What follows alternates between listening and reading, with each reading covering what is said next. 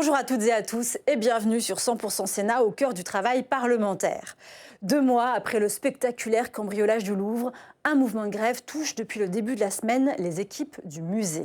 Parmi leurs récriminations, les questions autour de la sécurité du bâtiment. Et c'est à ce sujet que Jean-Luc Martinez, l'ancien président directeur du musée de 2013 à 2021, et Laurence Descartes, l'actuelle présidente directrice, ont été auditionnés cette semaine par les sénateurs. Les sénateurs de la Commission de la Culture qui cherchent à faire la lumière sur les éventuelles failles sécuritaires du musée et de ses collections. Regardez. Donc, je vais essayer d'être synthétique et de répondre dans un premier temps à comment nous étions organisés. Oui, vous m'entendez bien ? Ouais. Comment nous étions organisés au moment de l'arrivée de Madame Laurence Descartes. Nous avons un échange sur la situation de la DAPS. Alors la DAPS, qu'est-ce que c'est ? Direction de l'accueil, voilà, du public et de la surveillance. Alors c'est une direction qui travaille, excusez-moi, c'est une direction qui travaille 24 heures sur 24, 365 jours par an, qui ne s'arrête jamais. Et c'est une direction qui travaille sur l'ensemble du domaine. Et c'est une direction qui concourt, oui, elle concourt à la sûreté du musée, mais ce n'est pas, la sûreté n'est pas son cœur de métier. Son cœur de métier, c'est l'accueil. Et dans ce cœur de métier, bien évidemment, il y a une partie dans l'accueil, il y a une partie, je dirais, sûreté, puisque être accueilli, correctement accueilli, être en capacité de gérer des flux, c'est toutes les missions que font les agents. C'est-à-dire les agents de surveillance, ils gèrent des flux, ils accueillent du public, ils appliquent des procédures lorsqu'il y a un certain nombre d'incidents, d'incivilités avec le public.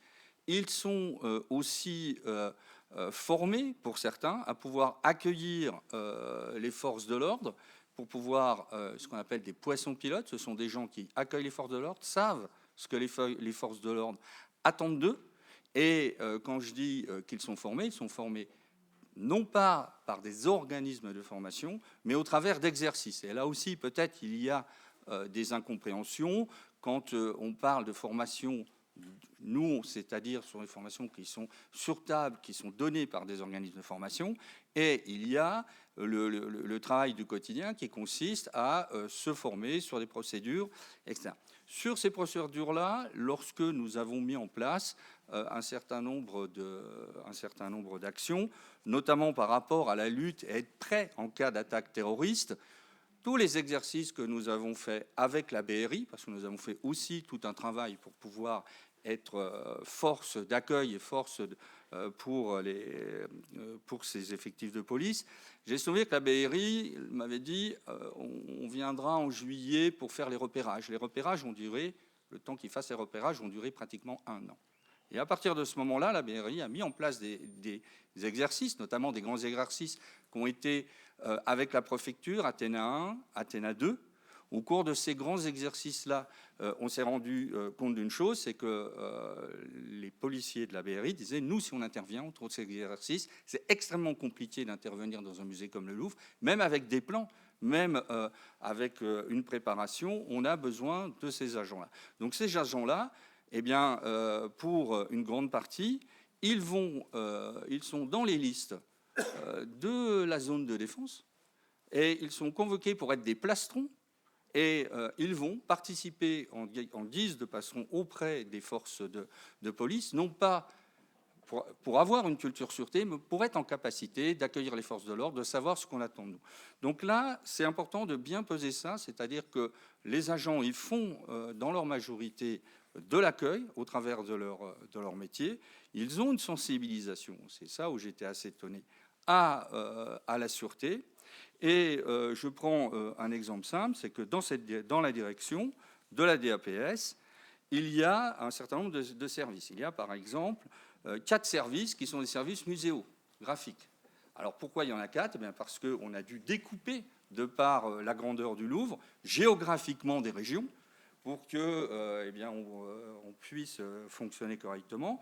Et chaque service correspond à une centaine d'agents. Et il y a un autre 5e service qui, lui, est intermuséo, qui permet d'envoyer des agents des uns sur les autres. Il y a des services aussi qui sont, eux, qui gèrent l'utilisation des PC de surveillance.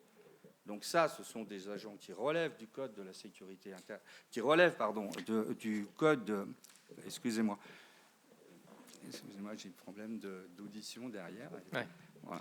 On va peut-être pas trop rentrer dans le détail de l'organisation interne. On a bien compris que ce que vous nous disiez, ce que vous nous expliquez, c'est que les agents sont d'abord des agents de sûreté, mais pas de sécurité. Ils sont formés d'accueil et de sûreté. Voilà. Ils sont formés principalement pour ces deux missions principales. Mais il est inexact que dire que ces agents-là ne s'intéressent pas, ne sont pas entraînés à des situations complexes de sûreté. On comprend. Très bien. Monsieur Langlois-Berthelot, il y avait une question sur la coordination et la remarque qui est très présente dans le rapport de l'enquête administrative sur le travail en silo. Merci, Monsieur le Président. Alors, deux choses. Vous m'avez interrogé sur est-ce que la sûreté est une priorité et est-ce que le mode d'organisation est organisé de façon en silo, cloisonné, etc. Alors, sur la priorisation, je tiens quand même à rappeler que la crise du Covid, ça entraîne une situation complètement différente. Ça fait 100 millions de recettes en moins, non compensées par l'État jusqu'à 2021. C'est-à-dire que toute l'année 2020, on travaille avec 100 millions de recettes en moins. C'est-à-dire à peu près 100 millions de trésorerie en moins pour le musée du Louvre. Pendant ce temps-là, les investissements continuent de façon plus que proportionnelle par rapport aux années antérieures. Puisque le montant des investissements qui était en moyenne dans les années antérieures à la crise sanitaire 2018-2019 autour de 55 millions d'euros passe à peu près 45 millions d'euros. Donc sur 100 millions de recettes de moins non compensées, la subvention de l'État a baissé de 10 millions en 2020, pendant l'année du Covid, l'année même où le musée du Louvre perdait 100 millions de recettes de billetterie, l'État enlève encore 10 millions. Les investissements s'établissent à 45 millions et la part des investissements qui concernent la mise aux normes du bâtiment, la mise aux normes bâtimentaires, et le renouvellement des équipements techniques, le SDRED, schéma directeur de renouvellement des équipements techniques, passe en proportion des investissements totaux de 30 à 35% du total à plus de 55%. Ça, c'est la traduction financière de ce que vous avez dit, Monsieur le Président Martinez, sur la priorisation de la sécurité, de la sûreté et de l'entretien du bâtiment. Dans l'ensemble des investissements, on n'a plus que mis les bouchées doubles pendant la période du Covid, malgré évidemment les difficultés liées à la mise en place des protocoles sanitaires pour les entreprises. Il a fallu avenanter les contrats de façon à ce que les entreprises puissent continuer en respectant leurs normes internes à travailler pendant la période Covid, d'accord, à musée fermé. Je vous interromps sur ce point, Monsieur Langlois-Berthelot, parce que le rapport montre clairement que pendant la période où vous étiez en fonction, effectivement, le niveau d'investissement était élevé, qu'il a, en termes de sécurité, qu'il a ralenti après vos départs respectifs. En revanche, on nous dit que ce qui a été fait comme dépenses d'investissement pendant votre direction, c'était principalement sur la sécurité du domaine, c'est-à-dire la pose de grilles, etc. Est-ce que c'est effectivement le cas où il y a eu des investissements en termes de vidéoprotection ? C'est exactement ça. Alors, c'est un peu plus compliqué que ça. C'est-à-dire que sur le schéma directeur de sûreté lui-même, ça, Monsieur Le Guettard le connaît beaucoup mieux que moi. On était dans la période des études préalables. Les études préalables, c'est à peu près 5% du coût d'un projet, donc c'est des financements extrêmement bas. Et la mise en place du schéma directeur de sûreté dans les 4 volets dont il vous a parlé, elle n'avait pratiquement pas commencé pendant cette période-là. Qu'est-ce qu'on a fait pendant la période jusqu'à 2021 ? On a fait un plan d'action d'urgence, c'est-à-dire un plan de rattrapage qui a été identifié sur la base des études de l'INSJ, sur ce qu'il fallait faire avant même que le schéma directeur de sûreté ou devenus des équipements de sûreté puisse se déployer. Donc il courait 3-4 années avant qu'il puisse être effectif. Il fallait un plan d'action à mettre en œuvre de façon urgente, à peu près pour 1 million d'euros. Ça a été fait pendant cette période. Il y a eu, pendant tous les projets de rénovation des salles muséographiques, donc ça c'est tourné vers l'intérieur, l'intégration sur la base d'un zonage de l'ensemble des salles du musée du Louvre, à la fois les salles accueillant du public et les salles n'accueillant pas du public, salles techniques, je veux dire, voies de desserte intérieure, locaux transit, etc. Un zonage très précis des niveaux de sécurité sur la base d'une cartographie des risques qui avait été établie précédemment, ainsi que des audits dont vous avez parlé. Et donc, les préconisations de l'ensemble des caméras, nombre de caméras, emplacement, niveau de précision des équipements qui étaient nécessaires. Et nous avons essayé d'intégrer au maximum, en anticipation de la mise en place du schéma directeur de sûreté, les équipements dans les nouvelles salles rénovées, de façon parce qu'il faut passer les câbles, il y a toute une série de travaux à faire, de façon à ce qu'on n'ait pas à le refaire ensuite dans le cadre de la mise en œuvre du schéma directeur de sûreté. D'accord ? Donc ça veut dire des surcoûts, alors tout ça c'est les marchés, etc. Donc ça a été fait. Il y a eu la sécurisation du domaine, ça on n'en parle pas beaucoup, M. Martinez en a parlé, mais ça c'est sur le périmètre extérieur. Et ensuite, effectivement, j'ai donc parlé du périmètre intérieur. Périmètre extérieur, c'était dans le cadre du schéma directeur de sûreté. Bon, donc ça, c'est la réponse à la question que je voulais vous donner. Donc sur est-ce que pendant ces années antérieures au déploiement, si vous voulez, du schéma directeur sûreté, on n'a rien fait. Non, on n'a pas rien fait. On a essayé d'anticiper ce qui était connaissable, alors même que le cahier des charges précis, l'avant-projet sommaire n'existait même pas à l'époque. On avait une étude préalable. On a essayé de déployer le maximum de choses pour anticiper le futur et pouvoir ne pas ensuite tout détricoter. Ça, c'est la réponse à la première question. La première question, c'est est-ce qu'on a mis la sûreté en haut de la pile ? On l'a mis plus qu'on nous l'a même demandé au ministère de la Culture. Bon, c'est nous qui l'avons défendu, cette priorité. La deuxième chose, c'est le fonctionnement en silo. Alors, le fonctionnement en silo, le Louvre est un établissement extrêmement compliqué. Donc, de toute façon, les questions de cloisonnement, elles existent à tous les niveaux. Alors, moi, je l'ai subi surtout, les RH, et les circuits financiers, comptables, les marchés publics, etc. C'est très compliqué, c'est le problème permanent du Louvre. Il y a beaucoup trop de directions du Louvre. Quand je faisais les dialogues de gestion, les dialogues budgétaires, il y avait 20 directions au Louvre. D'accord ? C'est à peu près comme l'État. Voilà. Bon. Donc, qu'est-ce qui s'est passé pour le... Non, mais c'est autant de réunions, etc. Autant de tableaux qui ne sont pas dans les mêmes formats, etc. Qu'est-ce qu'on a pour le problème de la sécurité ? Comme c'était identifié, qu'est-ce qui s'est passé ? Valérie Fauré, donc mon adjointe, a mis en place le 18 décembre 2018, un groupe permanent de sûreté. Groupe permanent de sûreté qui réunissait la direction de l'accueil du public et de la surveillance, la direction de la qualité de l'audit interne, la direction financière, juridique et des moyens, la direction du patrimoine architectural et des jardins, la direction générale, puisqu'elle était présente sous sa coordination, et le chef de projet de dépage, qui est Romain Salagnon, qui était présent depuis le milieu de l'année 2018. Tous ces gens-là se réunissaient à peu près tous les 15 jours, 3 semaines, à partir de décembre 2018 jusqu'à mon départ, jusqu'à fin 2021, je pense au-delà, puisque Romain Salagnon est resté au-delà, tous les 15 jours pour traiter de ces questions en petit comité, en effet, puisqu'il ne s'agissait pas d'ébruiter les grandes orientations de la politique de sûreté, qui remontaient via moi, au directeur du Louvre, relativement régulièrement, et très très régulièrement à partir de mars 2019, quand le document a commencé à être extrêmement bien préparé. Il a validé toutes les options fondamentales en juillet 2019. Bon. Alors, il y avait ce groupe permanent de sûreté auquel étaient invitées d'autres personnes selon l'ordre du jour. Ça, je pourrais vous en apporter, si vous voulez, les témoignages. Moi, j'y ai participé de temps en temps, alors que je n'étais pas membre du groupe permanent de sûreté. Ensuite, je rappelle que la politique de sûreté s'appuyait sur une cartographie des risques qui a été demandée et annualisée depuis à peu près les années 2015, c'était bien avant mon arrivée, par la DQAI, tous les ans. Donc tous les services du Louvre étaient au courant de la cartographie des risques qui alimentait une politique de sûreté. Ce n'était pas appelé comme ça parce qu'on ne voulait pas le dire, mais globalement, tous les services du Louvre étaient mobilisés, y compris les départements scientifiques. Ensuite, on a vécu, comme le président vous l'a dit, un certain nombre de crises pendant ces périodes. Il y a eu des crises, cellules de crise liées aux inondations, à des incendies, aux attentats. Moi, quand j'étais là, il y a eu l'incendie de Notre-Dame. Tout ça a donné, les gilets jaunes a donné lieu à des cellules de crise à peu près tous les 3 semaines, à peu près. Toutes ces cellules de crise, à peu près toutes les directions du Louvre et les départements scientifiques aussi étaient mobilisés dans ces cellules de crise. On était tous ensemble.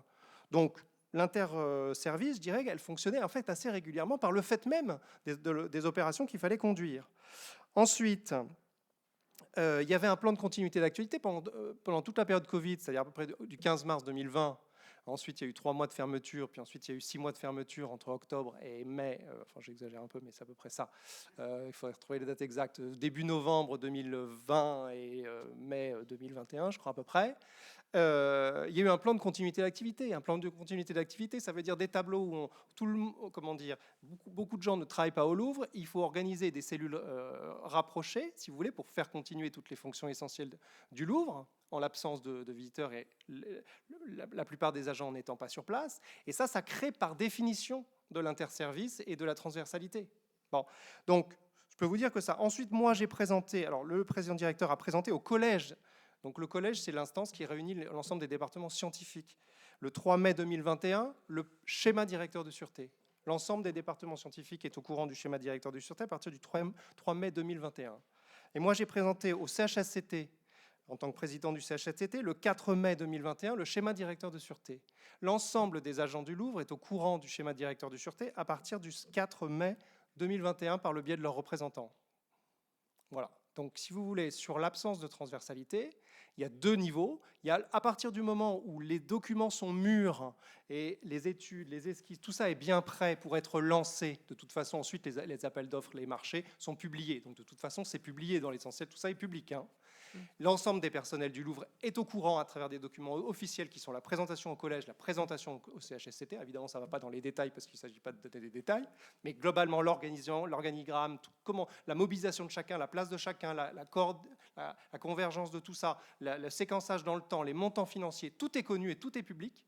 Et pendant la phase initiale, c'est-à-dire fin 2018, 2021, pendant la phase de conception, l'interservice et le décloisonnement, il est organisé de façon beaucoup plus confidentielle pour des raisons que je vous ai exposées, et de la façon à la fois structurée, qui est l'organisation du groupe permanent de sûreté, et puis, enfin, pour l'essentiel c'était ça, et des occasions, des crises qui ont secoué le Louvre, qui par définition entraînaient une gestion interservice de la sûreté. Merci, messieurs, pour ces assez détaillés qui ont beaucoup porté sur l'organisation interne et sur les discussions internes au Louvre, dont on mesure en vous écoutant la complexité et le manque de fluidité qui peut se traduire sur des défaillances opérationnelles en situation d'urgence, et c'est ce qu'on perçoit en vous écoutant. C'est assez édifiant. Ce qui peut nous interroger aussi, c'est les relations avec la tutelle et avec le ministère de la Culture. Vous n'en avez pas beaucoup parlé.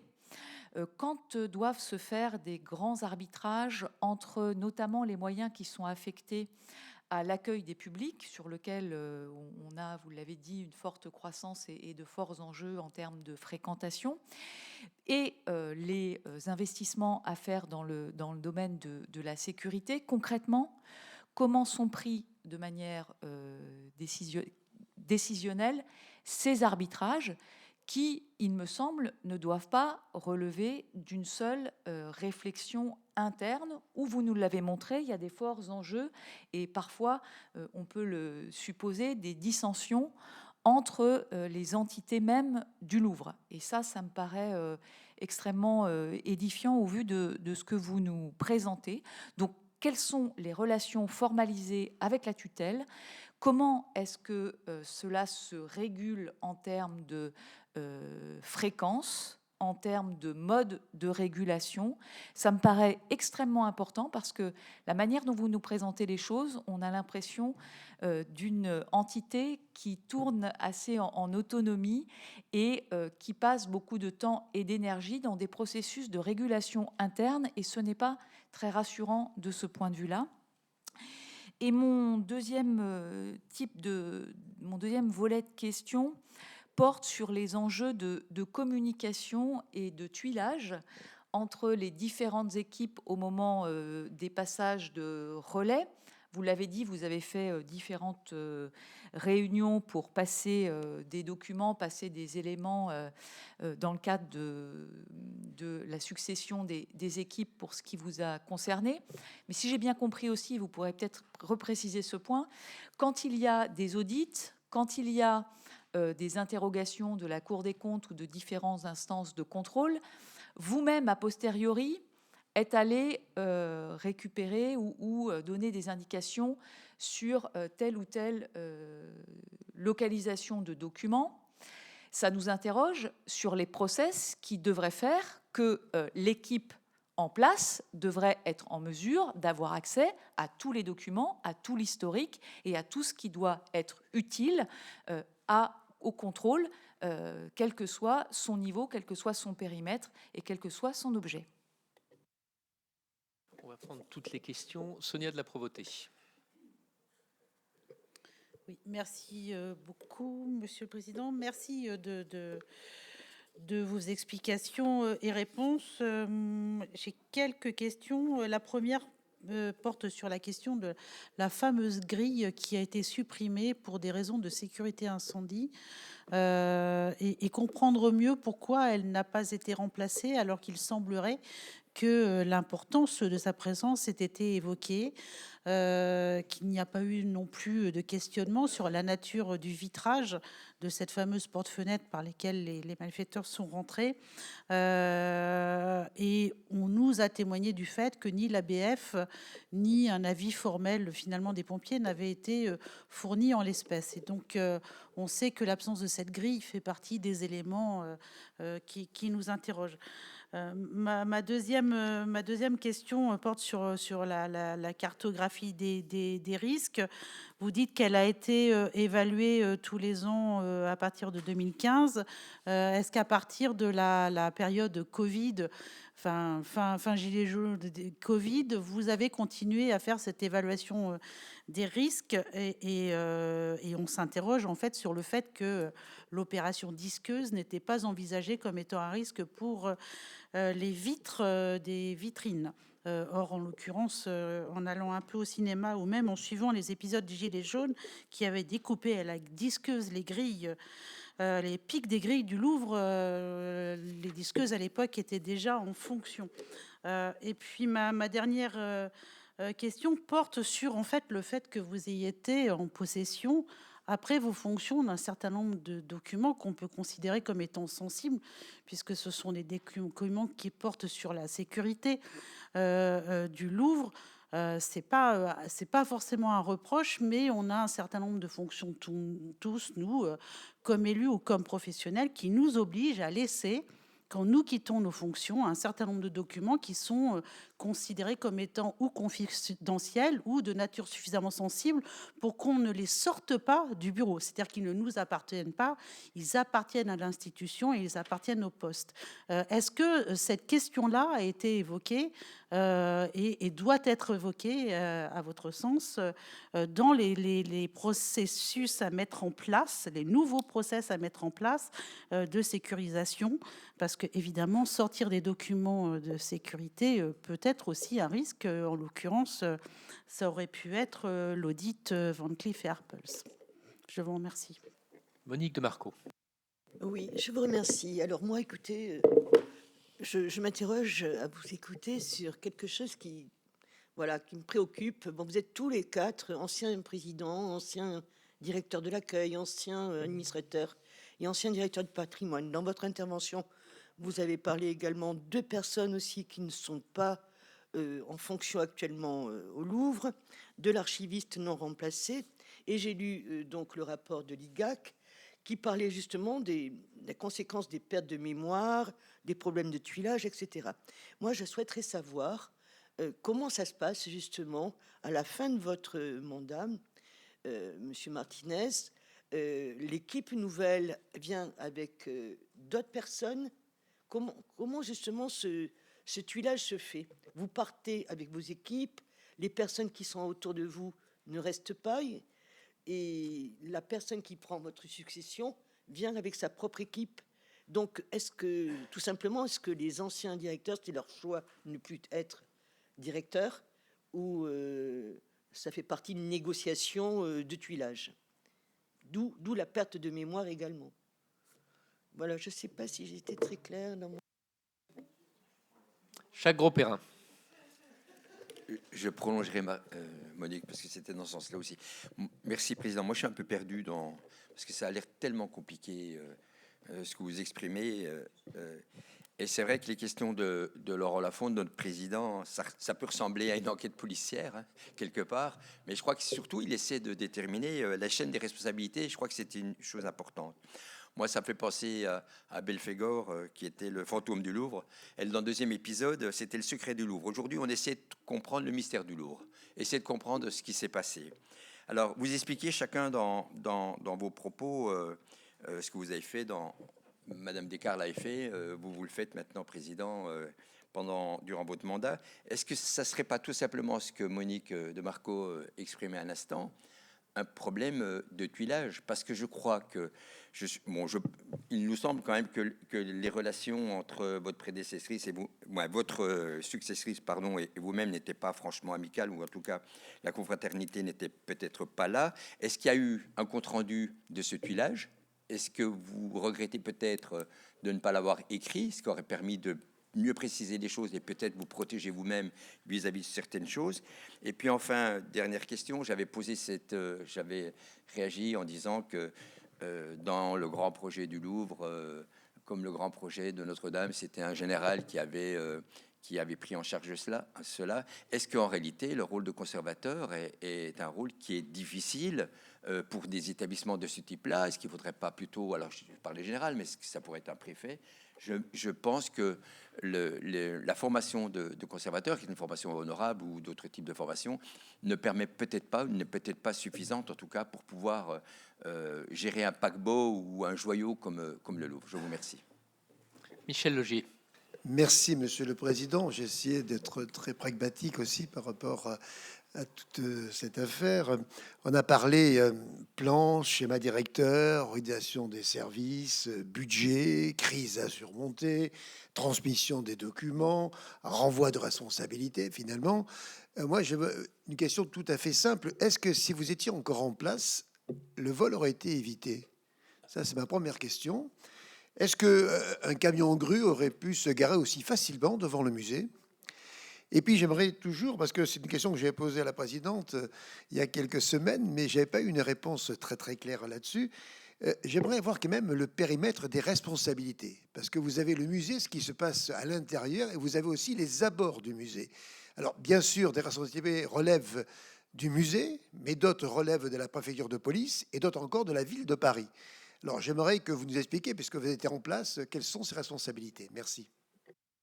On va vous laisser répondre à ces différentes questions. S'il n'y en a plus, on aura encore une ou deux questions après, mais Monsieur Martinez. Alors merci, je vais essayer de répondre à toutes les questions, en tout cas à ce que j'en ai compris. Sur la relation avec la tutelle, il me semblait avoir précisé un certain nombre d'éléments, donc je le redis, parce qu'en effet tout ça est très complexe.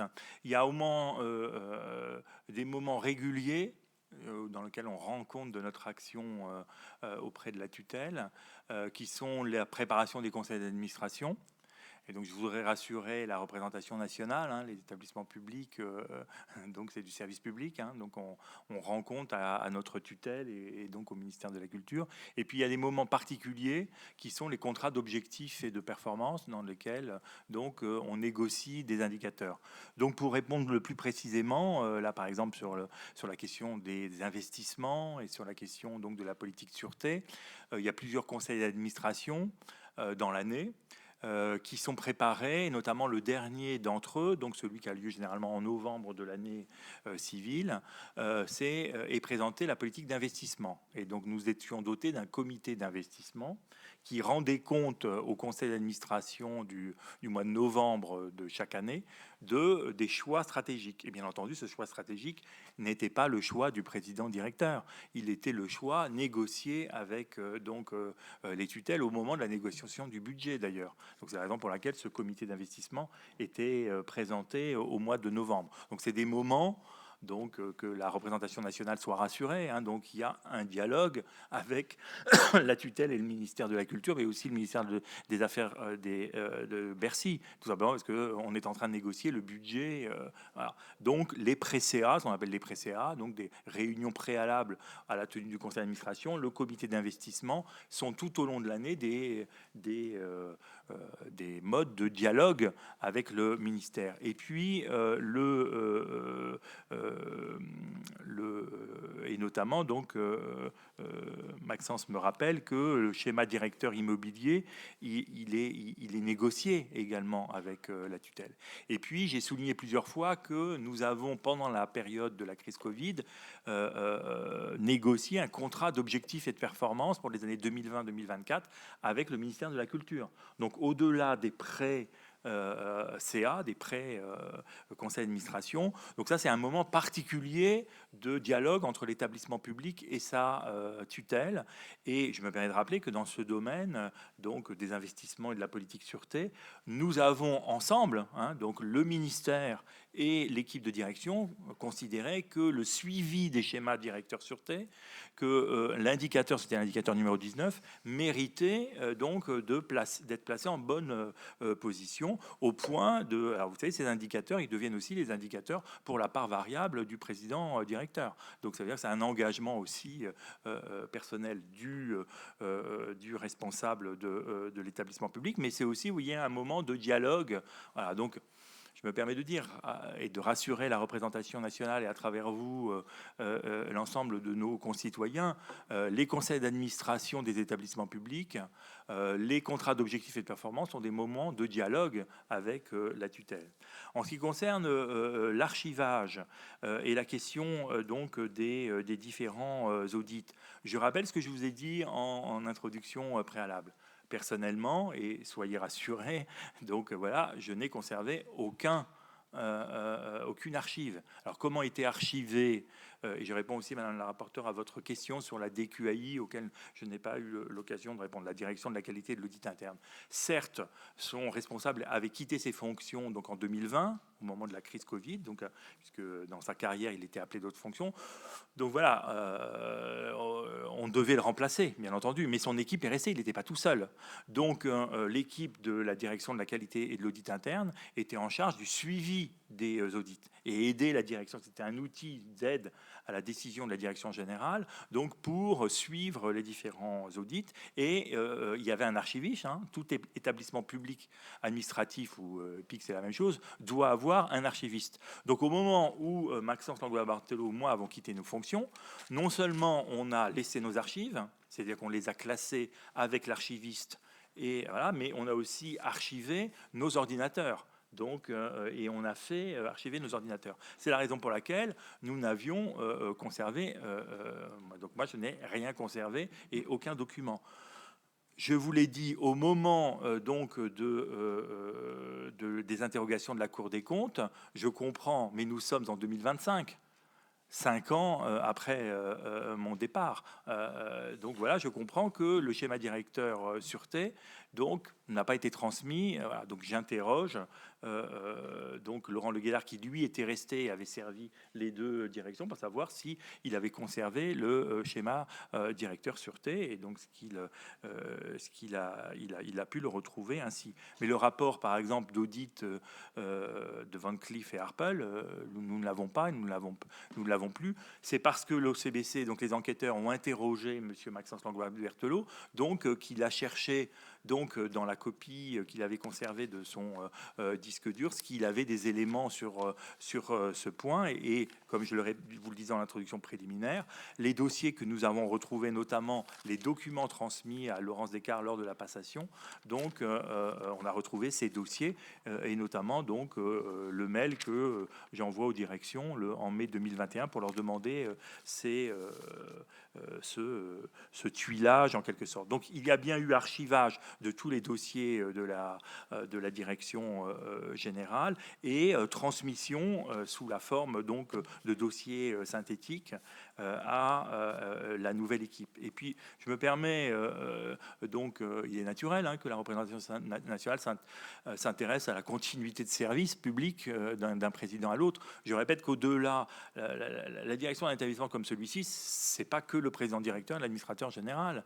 Il y a tous les services, et de ce point de vue-là, on a essayé de vous montrer qu'il y a eu, par exemple, sur le schéma directeur sûreté, une forme de continuité, puisque, par exemple, Laurent vient de rappeler que l'APS est validé en octobre 2021. C'est-à-dire qu'il y a vraiment eu continuité. Alors après, s'il y a eu changement de politique, ça ne m'appartient pas d'en juger, mais soyez rassurés, au-delà du président et directeur et de l'administrateur général, il y a les services qui restent, avec la mémoire aussi de ces services. Et je pense qu'il faudrait, si je peux me permettre, distinguer la situation en 21-22, où il y a eu tuilage et où une partie des équipes sont encore en place, de la situation aujourd'hui en 2025, donc il ne m'appartient pas de la juger, mais où 5 ans ou 6 ans après, il y a peut-être une perte de mémoire de ce qui a été fait en 21-22. Vous comprenez qu'on est juste un peu étonné dans la mesure où le schéma directeur commencé en 2017 se poursuit encore aujourd'hui dans sa phase de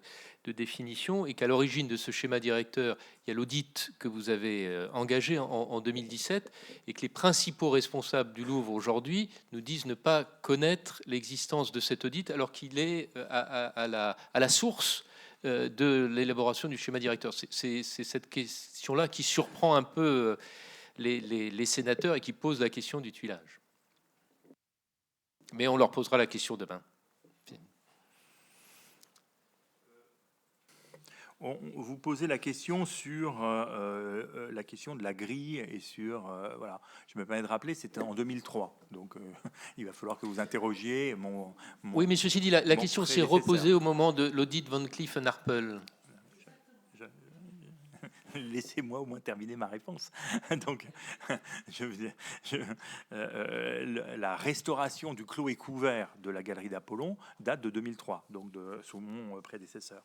Et en effet, la question se pose donc de l'abbé Pompier, donc et du fait donc de sécuriser. Voilà. Donc, je répète ce que je vous disais. On a souhaité mettre en œuvre les préconisations donc de l'audit de 2017, puis de l'audit de Van Cleef & Arpels, de deux manières. Donc, en interne, sur les vitrines, on est allé aussi loin qu'on le pouvait avec la technologie à notre connaissance, donc avec ce mécénat de compétences donc de Van Cleef & Arpels. Donc, on a fait aussi bien qu'on a pu en 2019 sur les vitrines. Et la sécurisation du périmètre et de l'extérieur, nous voulions le faire dans le cadre de ce schéma directeur sûreté, c'est-à-dire notamment l'installation des caméras périmétriques. Voilà ce que je peux vous répondre. Donc, parce que cette question du risque d'incendie, je me permets de rappeler que dans les fragilités relevées par le diagnostic sur le bâtiment, il y a la question de la coupole en bois, donc de la rotonde dite d'Apollon, donc qui est la seule coupole en bois conservée du XVIIIe siècle du bâtiment. Donc le risque d'incendie dans cette aile-là, c'est-à-dire la galerie d'Apollon et la rotonde d'Apollon, est plus grave que ailleurs. Donc voilà, après il faut trouver un équilibre entre bien entendu la cartographie des risques, le risque vol et le risque incendie. Donc pour le dire autrement, nous avons mis en œuvre les préconisations à l'intérieur et nous souhaitions les mettre dans le cadre donc de la perspective des Jeux Olympiques avec l'installation des caméras périmétriques dans le cadre du schéma directeur sûreté qui devait se déployer en 2022, 2023 et 2024. Alors j'ai pris des notes sur toutes les questions que vous avez posées. Donc soyons clairs, moi je n'ai rien conservé des archives et ce n'est que très récemment, donc en 2025, que j'ai eu à reconstituer à la demande de la Cour des comptes puis de l'ICAC, essayer de reconstituer et de retrouver un certain nombre de documents. Et donc, je vous interrogez très légitimement sur ce que vous appelez la perte de mémoire. Voilà. Bon, en tout cas, je me permets de rappeler que en 2021-2022, c'est le même chef de département, c'est le même directeur de la surveillance et de l'accueil du public, c'est le même directeur du patrimoine architectural et des jardins qui ont travaillé avec les deux équipes de direction. Donc, en tout cas, au début du mandat de Laurence Descartes, il y a en effet une forme de continuité. Quant à la question générale, donc un conservateur que vous posez très directement, donc un conservateur peut-il diriger un établissement comme celui-ci? Bon, il ne m'appartient pas d'y répondre, mais je voudrais simplement dire que le président directeur n'est pas seul. Il est entouré d'administrateurs, il est entouré de directeurs, donc il y a cette relation avec la tutelle. Les décisions ne sont jamais... Voilà, j'ai l'impression qu'on a une image monarchique du fonctionnement du musée du Louvre. Je vous assure que pour avoir travaillé dans cette maison pendant 25 ans, donc la continuité du service public est à l'œuvre. Et au-delà des personnalités, il y a bien en effet donc un travail. Bon, voilà. C'est la raison pour laquelle, en tout cas, il y a un binôme au Louvre conservateur-administrateur, et que moi je m'étais entouré de 4 administrateurs adjoints justement pour incarner ce pilotage et pour répondre à la question de Madame la rapporteure, essayer de contrebalancer les effets silos qui sont normaux dans un établissement de cette taille et de cette dimension. Je ne sais pas si j'ai... On a dit que oui, l'évaluation des risques, la oui, prise en charge, la prise en compte. Oui, bien entendu, c'est très compliqué puisque au-delà, donc il y a le dialogue avec la tutelle, il y a le dialogue avec la préfecture de police, il y a le dialogue avec la ville de Paris. Et on voit bien que sur la périphérie, on est sur toutes ces questions. C'est une des raisons pour lesquelles on avait fait appel à l'INESJ. Donc, c'est-à-dire que pour faire de l'interministériel et pour que les conclusions, parce que l'avantage, si on était resté un audit interne, c'était interne au Louvre, et on peut nous reprocher en effet de nous regarder le nombril. Si l'audit de 2017 avait été demandé à l'INEJ, c'est justement pour qu'il devienne interministériel et qu'on puisse porter cette parole au-delà du Louvre et au-delà de notre dialogue avec le ministère de la Culture. Donc, j'ai été un président directeur du Louvre qui a eu des relations continues avec les différents maires de Paris, donc Bertrand Delanoë puis Madame Hidalgo, donc pour justement le maire d'arrondissement également, Monsieur Veil, donc pour le Paris Centre, avec la préfecture. Denis a souligné les différents exercices que nous faisions autour du risque attentat et de la préparation des événements avec la préfecture. Donc voilà, que là encore, que la représentation nationale soit rassurée. Le Louvre n'est pas une espèce de deal qui est gérée toute seule dans son coin. Donc les relations avec la préfecture de police, la ville de Paris et le maire d'arrondissement sont réguliers, notamment pour préparer les grands événements. Donc voilà. Et c'est vrai que sur ces questions, donc on essayait de se mettre autour de la table pour les régler. Et j'ai eu la malchance à avoir affronté la crise des Gilets jaunes, les attentats, les différentes inondations, ce qui fait que de toute façon, on a travaillé au quotidien et avec la préfecture de police et avec la ville de Paris sur ces sujets. L'audit Van Cleef, quand même. On va revenir quelques instants sur l'audit Van Cleef & Arpels qui précisément étudie la sécurisation de la galerie Apollon et qui clairement identifie une faille qui est celle de la fenêtre située quai Pompidou. Vous nous dites, alors on voit bien qu'il y a une série de recommandations qui concernent l'intérieur de la galerie et d'autres cette fenêtre. Les recommandations qui concernent l'intérieur de la galerie ont été mises en œuvre. Celles qui concernent la fenêtre ne l'ont pas été. Vous venez de nous dire que pour ce qui concerne la caméra, c'était intégré dans le schéma directeur et que vous attendiez la réalisation du schéma directeur. Néanmoins, il n'y avait pas que ça dans les recommandations du rapport Van Cleef & Arpels. Il y avait notamment de renforcer la fenêtre, la vitre de la fenêtre qui n'était pas assez épaisse et qui du coup avait un temps de résistance insuffisant. C'est clairement souligné dans le rapport de 2019 et c'est souligné aussi dans l'enquête administrative. Ça, c'est pas lié à la réflexion et à la mise en œuvre du schéma directeur. Pourquoi concrètement cette vitre n'a pas été remplacée? Deuxième question qui est un peu liée, les inspecteurs de l'IGAC qui ont travaillé sur l'audit laissaient entendre que c'était quand même lié au travail en silo du Louvre, avec le fait qu'un département était responsable de l'intérieur de la galerie, en l'occurrence le département des objets d'art, et un autre, en l'occurrence, vous corrigerez monsieur Leguédard si je dis une erreur, mais la direction du patrimoine architectural que vous dirigez était responsable de l'extérieur. Concrètement, qui a été au courant de cet audit Van Cleef & Arpels? Est-ce que c'est simplement le département des objets d'art ou également votre direction, monsieur Leguédard? Et est-ce qu'il y a eu des arbitrages? Vous avez beaucoup insisté sur la coordination, la cellule de coordination. Est-ce qu'il y a eu des arbitrages rendus au niveau du président ou de l'administrateur, parce que vous êtes l'un et l'autre présents, pour dire on réalise les aménagements intérieurs, on ne réalise pas les aménagements extérieurs?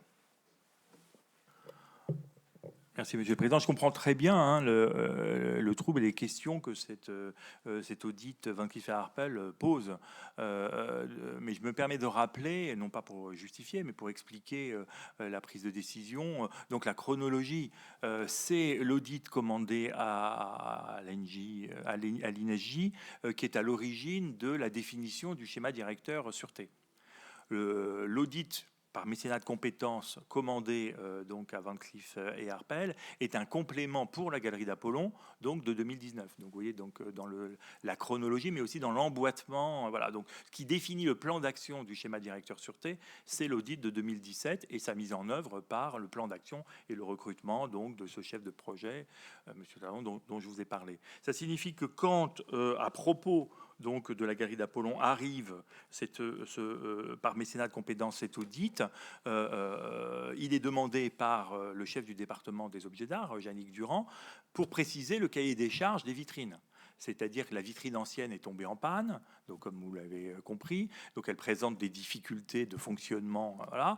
Donc quelle est en 2018-2019 les meilleures préconisations face aux risques connus en 2018-2019 de vol, puisqu'il y a en effet un certain nombre de vols qui ont eu lieu, place Vendôme, voilà, et donc faire appel à ce mécénat de compétences grâce à la maison Cartier, à la maison Van Cleef & Arpels, c'est essayer d'avoir le meilleur niveau donc d'expertise en ce qui concerne les vitrines. Je dis ça pour comprendre que l'audit mesurer les risques extérieurs pour donner une forme de cahier des charges pour les vitrines. C'est dans ce sens-là, en tout cas, que nous avons vécu cet audit. Ça signifie en effet que ce n'est pas le fonctionnement au silo qui est responsable de ce qui a été mis en œuvre. C'est tout simplement parce qu'il y avait, grâce à l'audit Van Cleef & Arpels, on a pu améliorer la qualité des vitrines et le cahier des charges des vitrines. Et donc ça a été mis en œuvre au-delà d'ailleurs des préconisations de Van Cleef & Arpels. Alors après, que les vitrines aient résisté, pas résisté, etc. Donc ça c'est un autre sujet. En revanche, pour ce qui concerne donc du clos et couvert en quelque sorte, ça relevait donc de l'architecte des bâtiments de France, Monsieur Goutal. Donc il y a la question équipement de sûreté. C'est-à-dire en effet les caméras et le déploiement de caméras volumétriques pour ce qui concerne donc cet élément.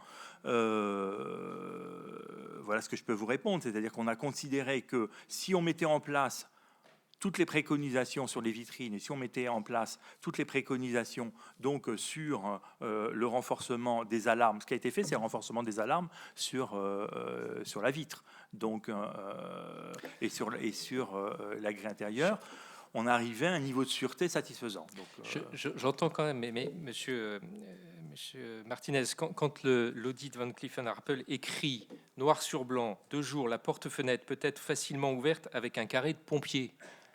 Vous ne prenez pas de mesures pour sécuriser la fenêtre. Et elle précise même, je complète, cette porte permettrait donc d'extraire des objets bijoux de la salle en un temps record.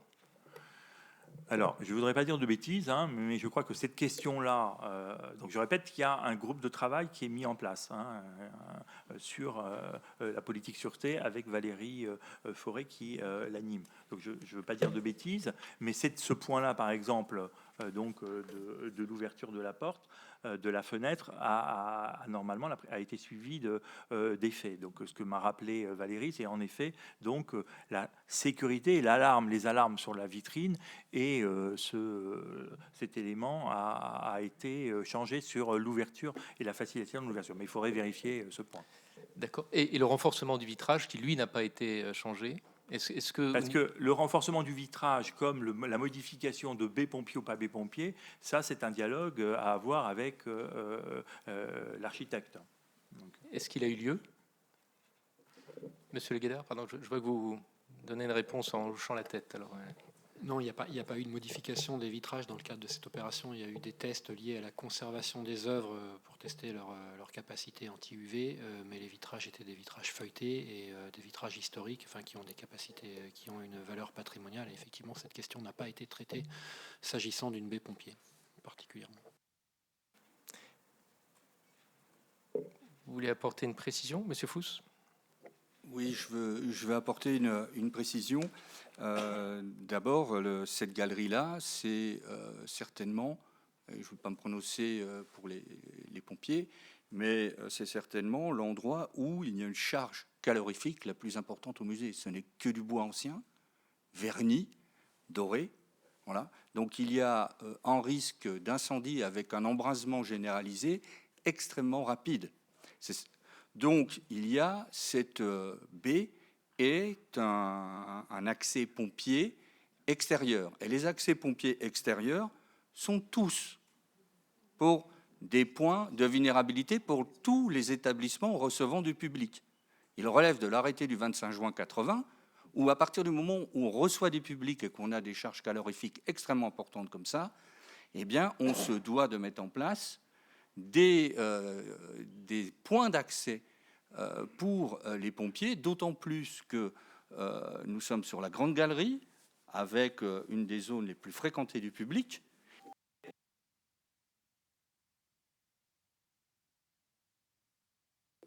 Ah, excusez-moi.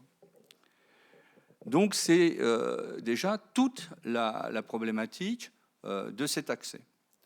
Ce qui veut dire aussi que nous devons garantir à ce que lorsque les pompiers viennent, compte tenu de ce risque important et cette charge calorifique, encore une fois, et ce risque d'embrasement généralisé, nous devons garantir que les pompiers n'aient aucune gêne pour pouvoir intervenir. Par contre, comme je l'ai dit, tous les accès pompiers sont des points de vulnérabilité de tous les ERP. Il suffit de regarder les réglementations de l'arrêté du 25 juin 80. Par contre, nous avions gardé, en présence du public, je dis bien en présence du public, nous avions gardé un poste de travail. Et quand je ne dis pas un effectif, je dis un poste. Un poste, c'est en gros un endroit où il y a toujours quelqu'un. Or, dans cette galerie-là, nous avons maintenu les effectifs de façon à ce que s'il y avait une pénétration en présence du public sur cet endroit, il y ait de l'humain qui soit là pour donner l'alerte. Et ce jour-là, il y avait 5 agents dans le secteur. Et l'alerte a été donnée. Voilà ce que je voulais donner. Alors après, si il faut renforcer la sécurité de tous les accès pompiers extérieurs dans les ERP, eh bien, il faut le faire au travers d'une réflexion. Et cette réflexion, elle avait été engagée sur l'ensemble du périmètre du Louvre. Parce que vous imaginez bien, et je vais m'arrêter là, que ce n'est pas le seul accès direct pompier dans ce musée où il faut impérativement intervenir le jour où il y a un début d'incendie pour que ce musée ne parte pas en fumée. Oui, le rapport de l'IGAC, écrit donc après le cambriolage, sur la question de la sécurité pompier, précis, je vais le lire, ça sera plus simple. Bien que des dérogations puissent être obtenues auprès de la préfecture de police, la question n'est alors posée ni à la commission de sécurité compétente du Louvre, ni même au capitaine commandant le détachement de la brigade des sapeurs-pompiers mis à disposition de l'établissement. Et M. Corbin, qui était ici même la semaine dernière, nous a précisé qu'ils ont depuis posé la question aux responsables de la brigade des sapeurs-pompiers présents sur le site du Louvre, et que lui ne voyait pas d'obstacle à renforcer la fenêtre. Donc la question se pose quand même pleinement de pourquoi cette fenêtre n'a pas été changée. On a entendu votre réponse sur la caméra, que c'était intégré dans la réflexion sur le schéma directeur. On reste un peu sur notre faim, si je peux le dire de cette manière, sur la question du renforcement de la fenêtre. Je me permets en complément, Monsieur le Président, de dire que si on reporte cette baie pompier, ça veut dire la reporter dans le salon carré ou dans la grande galerie. Donc voilà, ce qui est une hypothèse dans laquelle la fragilité des œuvres conservées, c'est-à-dire des peintures en bois, est encore plus grave en risque d'incendie que dans la galerie d'Apollon. Voilà, donc un risque en chasse l'autre, en quelque sorte. Donc voilà, la question est parfaitement pertinente. Je vous dis pourquoi, justement, depuis 2003, c'était mis en place cette doctrine de la baie pompier à cet endroit, alors que nous connaissions la fragilité d'intrusion du lieu. Sabine Drexler. Oui, j'ai juste une dernière question. En fait, vous disiez que vous aviez été invité par la Cour des comptes en 2025 à fournir des archives et que vous l'avez fait. Et à cette occasion-là, vous avez retrouvé des choses. Alors, vous nous disiez aussi tout à l'heure qu'en fait, vous n'aviez pas gardé d'archives. Donc, ma question, c'est de savoir où est-ce que vous avez trouvé les archives que vous avez pu fournir à la Cour des comptes. Je croyais, Madame la rapporteure, vous avoir répondu précisément. Donc, j'ai demandé à l'ancien directeur de la qualité de l'audit interne, donc s'il avait conservé l'audit de 2017 parce qu'il avait été fait par l'INESJ. Donc, en effet, comme c'était un exemple en interministériel, il avait conservé cet élément. Donc, c'est lui qui me l'a transmis. Et le deuxième document, qui est le schéma directeur sûreté, donc j'ai demandé à Monsieur Laurent Le Guédard, qui était resté voilà, et qui a pu retrouver ce document. Dernière petite question, vous nous avez donc précisé que vous aviez nommé, alors 2018, 2019, je ne sais plus la date, mais peu importe, après l'audit de 2017 en tout cas, un coordonnateur sécurité, en l'occurrence c'était un chef de projet sécurité, exactement, Monsieur Romain. Sûreté, pardon. Romain Salagnon, ça correspondait à une des recommandations de l'audit de 2017. Est-ce que Monsieur Salagnon est toujours en poste aujourd'hui ? À votre connaissance, bien sûr. En fait, M. Salagnon, il a été recruté justement pour lancer le schéma directeur comme chef de projet de la mise en œuvre d'une opération. Moi, j'avais la charge d'une direction dont la compétence métier était de faire de la maîtrise d'ouvrage. Ouais. Et Romain Salagnon a été recruté au titre de la responsabilité d'un maître d'ouvrage sur le schéma directeur sûreté.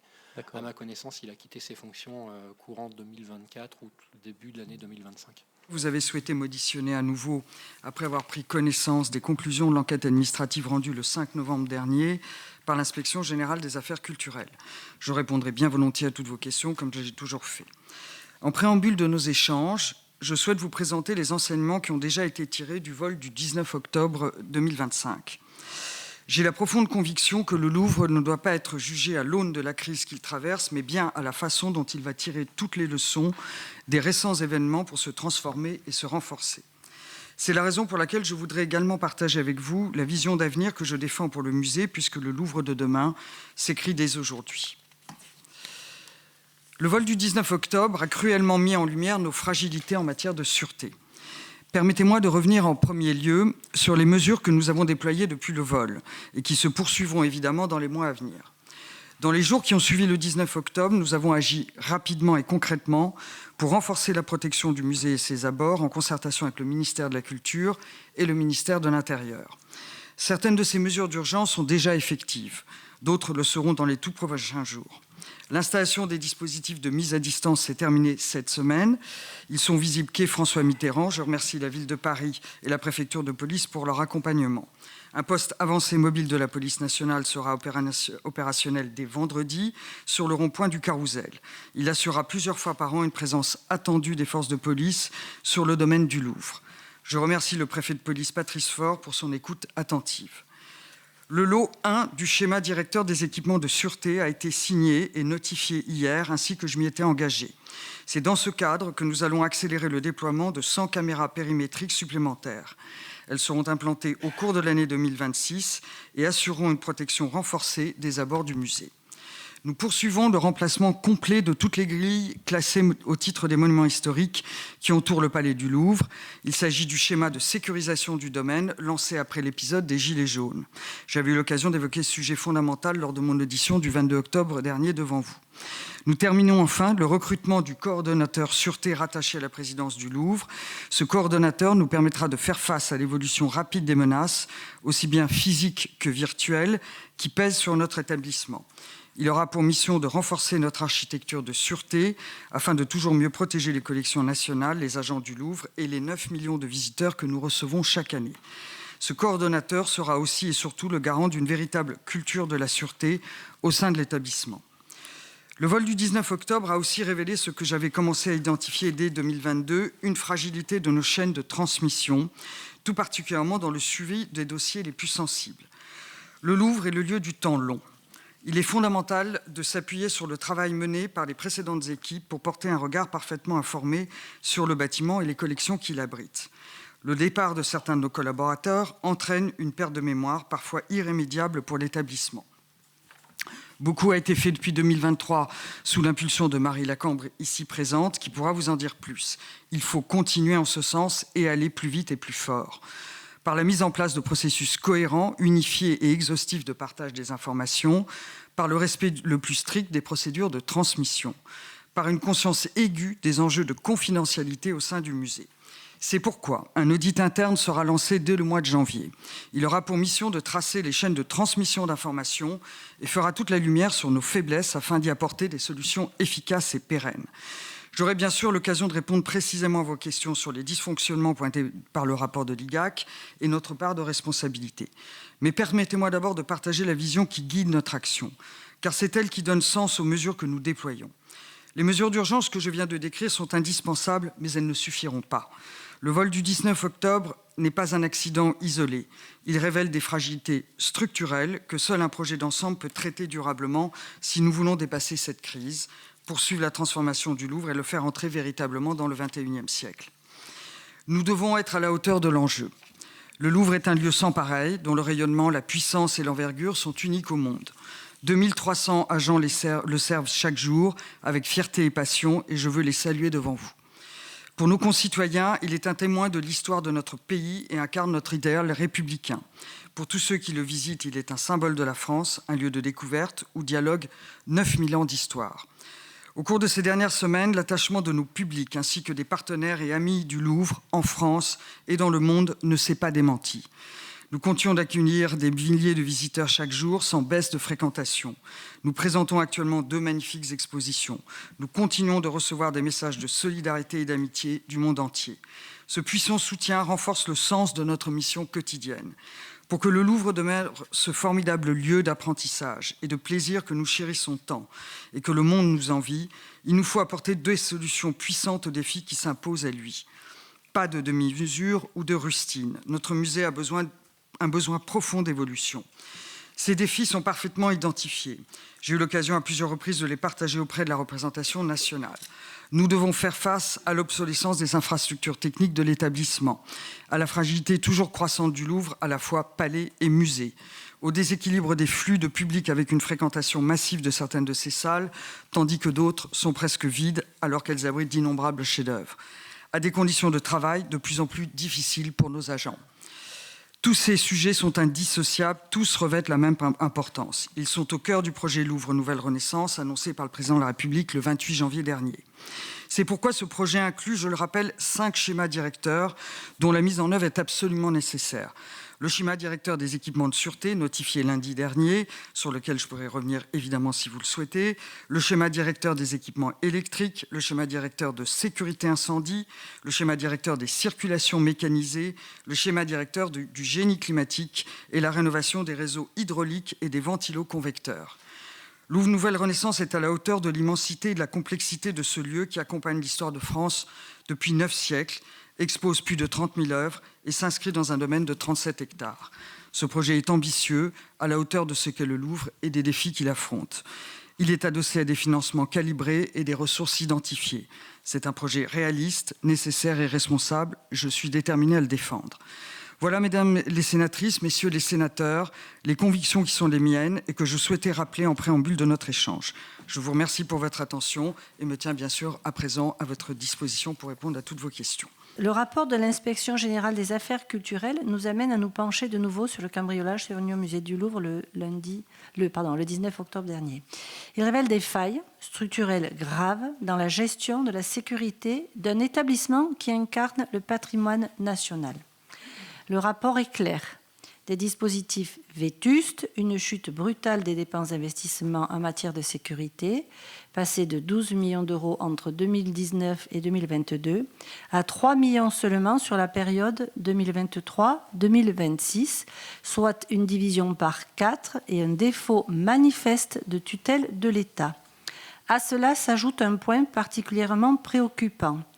Le renouvellement intégral des équipes à l'arrivée de la nouvelle direction, avec une perte du savoir-faire accumulé, dans un moment où la continuité et l'expertise auraient dû être partagées.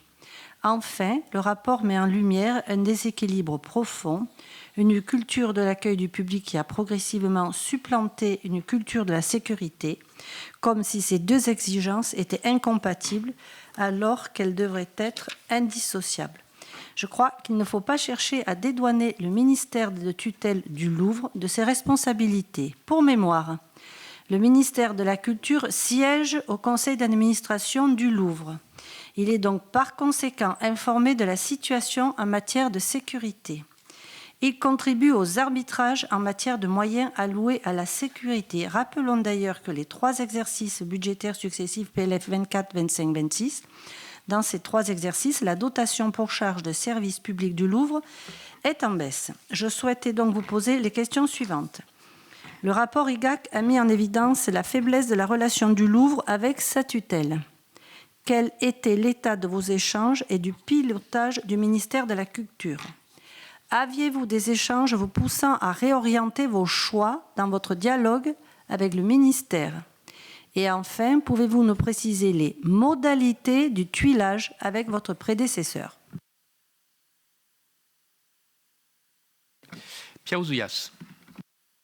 Merci, Monsieur le Président. Merci, Madame la Présidente. J'ai pas bien compris les conditions de nomination de Monsieur Jost. Est-ce que c'est vous, Madame la Présidente, qui le recrutez ? Ou est-ce que c'est la tutelle qui le désigne à vos côtés? Et je n'ai pas compris non plus la durée de sa mission. La ministre, lors de l'audition de la discussion budgétaire, nous a dit 3 mois. Je ne vois pas ce qu'on peut faire en 3 mois dans ce domaine-là. Il me semble que la mission devait être plus importante, donc j'aimerais avoir des éclaircissements sur ce point-là. Par ailleurs, lors du débat budgétaire qui était extrêmement éclairant, on a bien compris que c'était au Louvre de dégager sur ses moyens propres les moyens nécessaires pour faire face à l'engagement des 80 millions qui permettent la mise à niveau. Je ne vois pas comment aujourd'hui vous pouvez poursuivre tous vos travaux sur le grand projet Louvre Renaissance quand la quasi-totalité de vos ressources propres vont être affectées à la mise à niveau urgente et rapide du plan de sécurisation. Est-ce que sur ce point, vous avez eu une décision de la tutelle vous demandant de satisfaire l'un ou l'autre objectif? Les deux en même temps me semblent complètement irréalisables. Et enfin, et j'en finirai là, j'ai posé régulièrement des questions auxquelles je n'ai pas eu de réponse sur les réserves extérieures. Est-ce qu'il y a eu un audit de la MISA réalisé sur la sécurité vol et incendie de toutes les réserves extérieures? La ministre m'a dit oui, mais l'IGAC m'avait dit non. Donc il doit y avoir peut-être une réponse. Merci, Monsieur le Président. Les réponses oui-non sont toujours suspectes. Max Brisson. Merci, Monsieur le Président. J'ai, il y a un instant, relu l'ordre du jour de notre commission et j'ai bien vu que nous devions auditionner la présidente de l'établissement public Musée du Louvre et non tout son état-major. Pour autant, je vous remercie, messieurs, madame, de ce cours sur la commande publique et le respect des procédures devant la Chambre des territoires et des collectivités. Cela a été certainement nécessaire. Je vous remercie également de votre analyse du temps administratif. Et en vous écoutant, j'ai pensé aux maires de mon département qui seraient tombés plusieurs fois de leur chaise en vous écoutant. Mais c'est à vous maintenant, Madame la Présidente, et à vous seule, que je vais m'adresser. Lors de votre première audition par notre commission, je peux vous dire, sans risque de me tromper, que le sentiment commun des sénatrices et des sénateurs était la sidération. Et pour certains, ce n'était pas mon cas, j'en conviens, c'était également un sentiment de compassion à votre égard. Peu à peu, à la sidération, ont succédé la stupéfaction, l'incompréhension et la colère. Et en plus, ce soir, avec vos collaborateurs, vous empilez les justifications qui ne font nullement une explication. Cette maison, votre maison, a donc connu une avalanche de rapports aux recommandations oubliées, différées, repoussées. Ainsi, dès 2015, puis en 2017, 2 rapports d'audit confidentiels sur la sécurisation du musée pointaient déjà l'ensemble des dysfonctionnements. En 2022, 2023 et 2024, 3 rapports soulignaient quant à eux le retard pris dans la mise en œuvre du schéma directeur des équipements de sécurité. Depuis 10 ans, donc, les rapports s'accumulent. Certains confidentiels, d'autres rendus publics, certains établis sous votre présidence, d'autres sous celle de votre prédécesseur. Pour autant, le constat est implacable, la galerie Apollon n'est toujours pas sécurisée et le schéma directeur des équipements de sécurité, que M. Martinez, gentleman, avait pourtant indiqué devoir être finalisé avant les Jeux Olympiques, demeure inachevé, c'est le moins qu'on puisse dire, quant à sa mise en œuvre. Vous nous avez dit que vous aviez pleinement conscience de cette vulnérabilité. Pourtant, sous votre présidence, les moyens budgétaires consacrés à la sécurité n'ont jamais été à la hauteur. Pourtant, sous votre présidence, l'organigramme officiel, révélateur des priorités d'une direction, n'a jamais placé la sécurité au cœur de l'institution. En d'autres termes, vous avez fait des choix politiques. C'était là votre droit. Quand les choix politiques entraînent des conséquences, vous devez en assumer seul l'entière responsabilité. C'est là votre devoir. Alors, Madame la Présidente, mes questions sont les suivantes. Comment avez-vous pu affirmer ne pas avoir eu connaissance des rapports remis à votre prédécesseur alors qu'ils ont pourtant été retrouvés aux archives?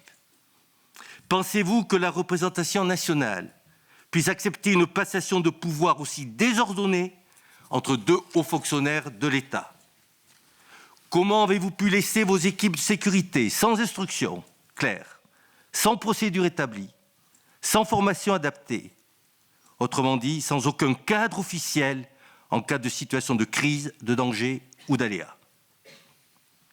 Dans ces conditions, comment avez-vous pu laisser le plus grand musée du monde, le plus visité, l'un des plus aimés du public, l'un de nos joyaux nationaux, dans un tel état de vulnérabilité? N'aviez-vous pas pour mission première de garantir la sécurité du Louvre et l'intégrité de ses collections? Par exemple, pouvez-vous assumer le choix de localisation du PC central de sécurité? Ne pensez-vous pas, par ailleurs, que la nomination de Philippe Josse par la ministre de la Culture est pour vous un désaveu cinglant? Finalement, Madame la Présidente, n'est-il pas temps pour vous de confirmer votre intuition première et cette fois d'imposer votre démission. Monique de Marco. Merci, Monsieur le Président. Moi, je reviens sur le rapport de l'enquête administrative que j'ai lu attentivement et j'avais remarqué donc le problème de fonctionnement silo, la perte de mémoire sur la question de sécurité. Et hier, nous avons auditionné l'ancien président, Monsieur Martinez, et 3 anciens directeurs. Donc, ma question est comment s'est passée cette passation en 2021? Avez-vous renouvelé une grande partie, toute votre équipe de direction, d'où la perte de tuilage et la perte d'information? Ça, c'est ma première question. Je reviens sur la deuxième, sur le Louvre Nouvelle Renaissance. Nouvelle entrée, nouvelle salle, l'objectif quand même d'atteindre 12 millions de visiteurs pour un coût de 1 milliard. Donc, projet que vous dites réaliste et responsable. Donc, j'avais déjà posé la question précédemment. N'a-t-il pas été donc la priorité au détriment de la sécurité, des travaux d'urgence, avec des marches de travaux qui ne seront lancés qu'en 2026? Vous avez annoncé lors de votre dernière audition, par contre, que les équipes d'architectes, si j'ai bien compris, qui vont concourir, ont été déjà sélectionnées. Donc, vous dites que ce sont 2 sujets différents, mais pour ce Louvre Nouvelle Renaissance, il faut des équipes, il faut du personnel, il faut des personnes qui travaillent sur ce sujet. Donc, c'est fait à moyen constant de personnel, alors que vous avez eu une perte de personnel d'équivalent temps plein ces derniers temps. Qui est-ce qui a géré ça? N'est-ce pas justement au détriment de ce qui se passe actuellement au Louvre, qu'on n'a pas favorisé donc ce projet Nouvelle Renaissance qui est en cours?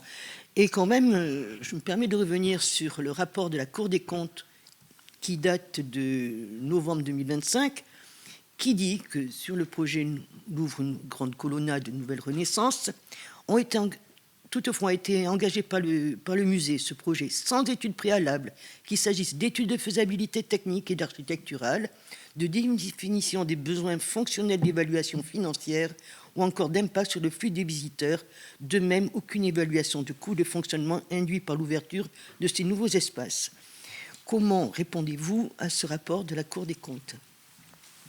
Sonia de la Provoté. Oui, merci, Monsieur le Président. Madame la Présidente, moi j'ai un certain nombre de questions suite au rapport et puis de l'inspection générale et puis aux auditions précédentes, même si je ne vous cache pas qu'il est un peu compliqué d'isoler la vérité au milieu de ces propos qui ont fluctué dans le temps. C'est pas une accusation personnelle, hein, c'est un global sur toutes les auditions que nous avons eues et de savoir finalement comment les choses se sont passées. En tout cas, ce qui est certain, c'est qu'il n'y a pas eu de tuilage, ou en tout cas, s'il y a eu un tuilage, on n'en connaît pas le contenu et il a été probablement insuffisant. Moi, j'ai plusieurs questions. Par rapport au rapport de l'inspection générale, il y a un sujet sur la cartographie des risques avec une sous-estimation du risque de vol par intrusion et même une cotation qui semble complètement dérisoire de 8 sur 64 de risque, avec un risque d'accès à l'étage qui n'était pas identifié en 2023. Et en 2024, c'est ce qui est écrit dans le rapport, hein, le passage de 12 à 8 de ce risque, donc même une régression du scoring.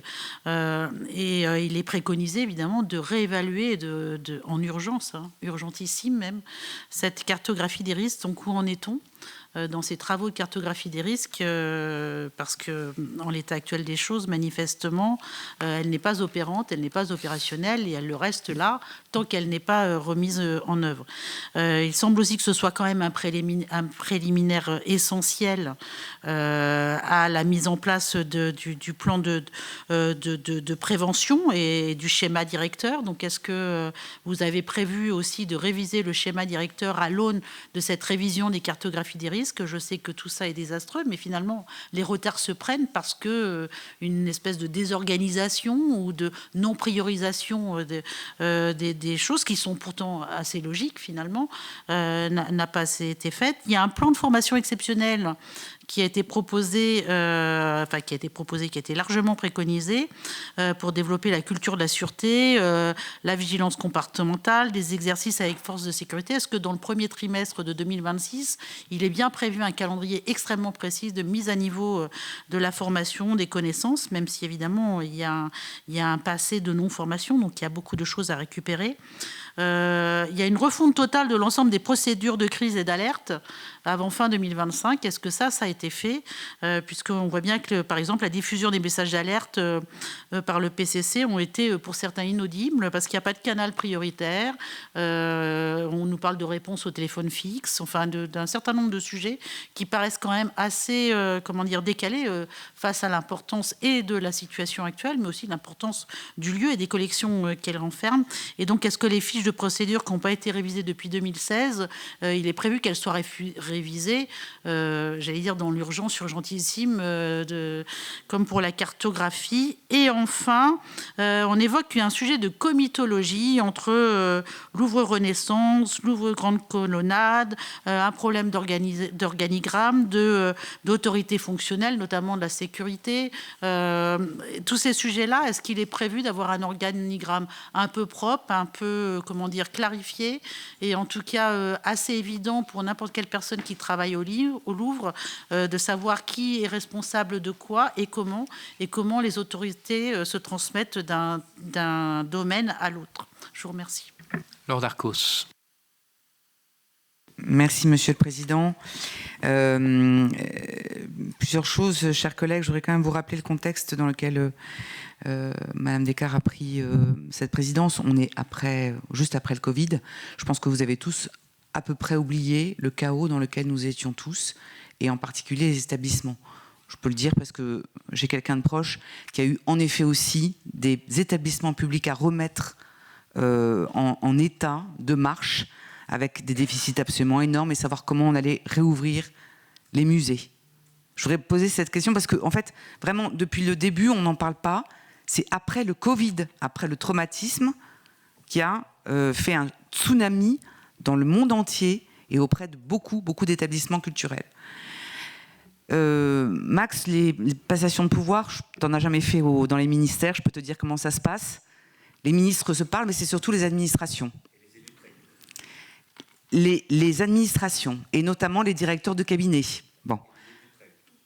Ça n'a rien à voir avec les rien à voir avec une passation de pouvoir. On va... Non, mais rien à voir avec une passation de pouvoir. Mais j'aimerais bien en effet avoir des précisions sur le tuilage qu'il y a pu avoir et la passation de pouvoir.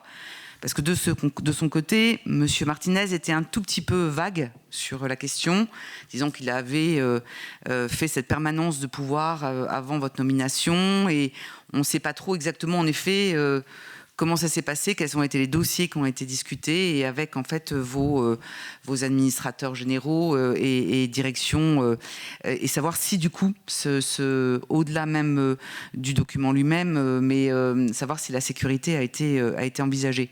Je pense que c'est important. Et moi, j'ai pas pu poser ma question à M. Martinez hier, mais il a été 10 ans en place. Et donc aujourd'hui, tout vous retombe dessus parce qu'il y a eu ce cambriolage, mais la galerie Apollon, il était quand même très embêté d'y répondre. Et je pense qu'en 10 ans, en effet, il n'a pas fait grand-chose non plus. Et donc, à savoir comment est-ce qu'au fond, tout ça, depuis des années, n'a pas été vu par la tutelle. On a bien vu que c'était assez léger comme correspondant de tutelle. Dans le rapport, c'est très bien de Noël Corbin, c'est très bien vu. C'est quelqu'un qui n'a pas forcément autorité pour pouvoir remonter ensuite au cabinet les urgences, forcément avec une sorte d'injonction. Voilà, mais je veux que vous puissiez revenir sur le tuilage et puis rappeler à nos collègues dans quelles conditions on était, et je vous assure que ça fait toute la différence. Agnès Evren. Je vous remercie, Monsieur le Président, Madame la Présidente. Les auditions que nous avons menées hier ont apporté de nouveaux éclairages très précieux sur l'état d'avancement du schéma directeur de sûreté à l'été 2021, sur les modalités de la passation, ça a été dit à l'instant par Lord Darcos, et sur les choix opérés ensuite. Et il est vrai qu'elles appellent aujourd'hui des précisions de votre part, tant elles sont en totale contradiction avec vos propos devant notre commission. D'abord, M. Martinez, faut-il le rappeler, parce que la sécurité, c'est du temps long, a été président de 2013 à 2023, avant le Covid, donc 2020. Et c'est donc pour moi 10 ans d'inaction sur la sécurité, malgré un contexte de menace accrue sur la sécurité de nos musées. La vérité, c'est que la sécurité n'a jamais été une priorité, ni en termes d'investissement, ni en termes d'organisation. Et on assiste là, depuis 2 jours, depuis quelques semaines désormais, les Français sont assez indignés, à une espèce de partie de ping-pong entre les 2 équipes.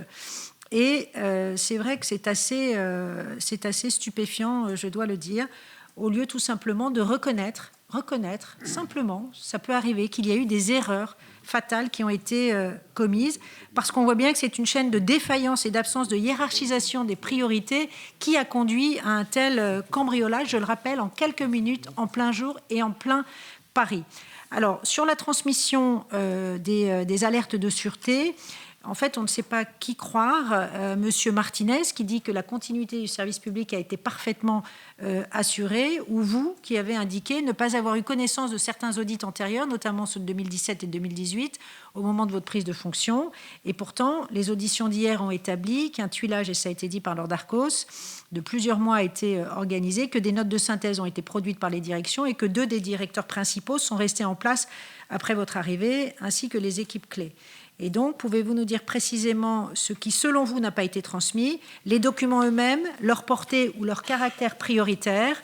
Avez-vous considéré que les alertes existantes n'étaient pas suffisamment étayées pour justifier une action immédiate? Et enfin, dernière question, que pouvez-vous dire aujourd'hui, Madame la Présidente, aux Français qui sont, je dois le dire encore une fois, meurtris et indignés, pour les rassurer sur la sécurité des collections et sur la sécurité du plus grand musée du monde? Je vous remercie. Jean-Gérard Pommier. Oui, merci, Monsieur le Président. À l'issue des auditions de vous-même, Madame la Présidente, et de votre prédécesseur, une seule chose apparaît clairement. La fragilité de la sécurité de la galerie d'Apollon était connue de tous, avec de surcroît un risque d'incendie élevé. Les audits successifs, notamment celui de Van Cleef et Arpels, attestent de la prise de conscience des équipes du Louvre pour en accroître la sécurité. Par contre, les auditions nous laissent sans réponse claire et très perplexes sur les faibles suites données à ces audits, ce qui a conduit au désastre du Louvre. Dans ces conditions, une question me taraude, qui n'a pas été évoquée lors de nos auditions et qui ne me semble pas avoir effleuré les équipes successives du Louvre. Pourquoi ne pas avoir déménagé les bijoux de la couronne dans un endroit plus sécurisé du Louvre, le temps de sécuriser la galerie d'Apollon dont la fragilité était connue? Et envisagez-vous de déménager ce qui en reste? Merci. Et enfin, Jacques Cropérin. Merci, Président. Madame la Présidente, vous devez être fatiguée de ce type de réunions, de questions, etc. Mais nous aussi, nous sommes fatigués de tout cela. Parce que si vous aviez, pas fait l'effort, mais si vous aviez été plus franche lors de la première audition, on n'en serait pas là. Lorsque je vous avais posé la question, si vous aviez posé votre démission à la ministre de tutelle, vous m'avez répondu, je l'ai fait. Je vous ai demandé si ça avait été écrit, vous ne m'avez pas répondu. Et il est vrai que le flou de vos questions nous interroge et nous interpelle.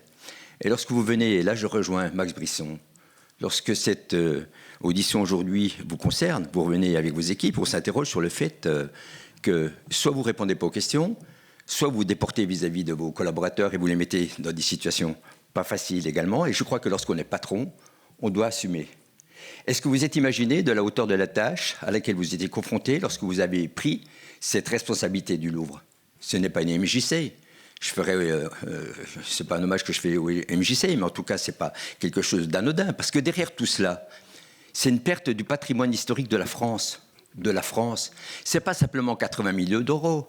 Ce sont des couronnes, c'est tout un ensemble de bijoux qui représentent la France et dont on est fier.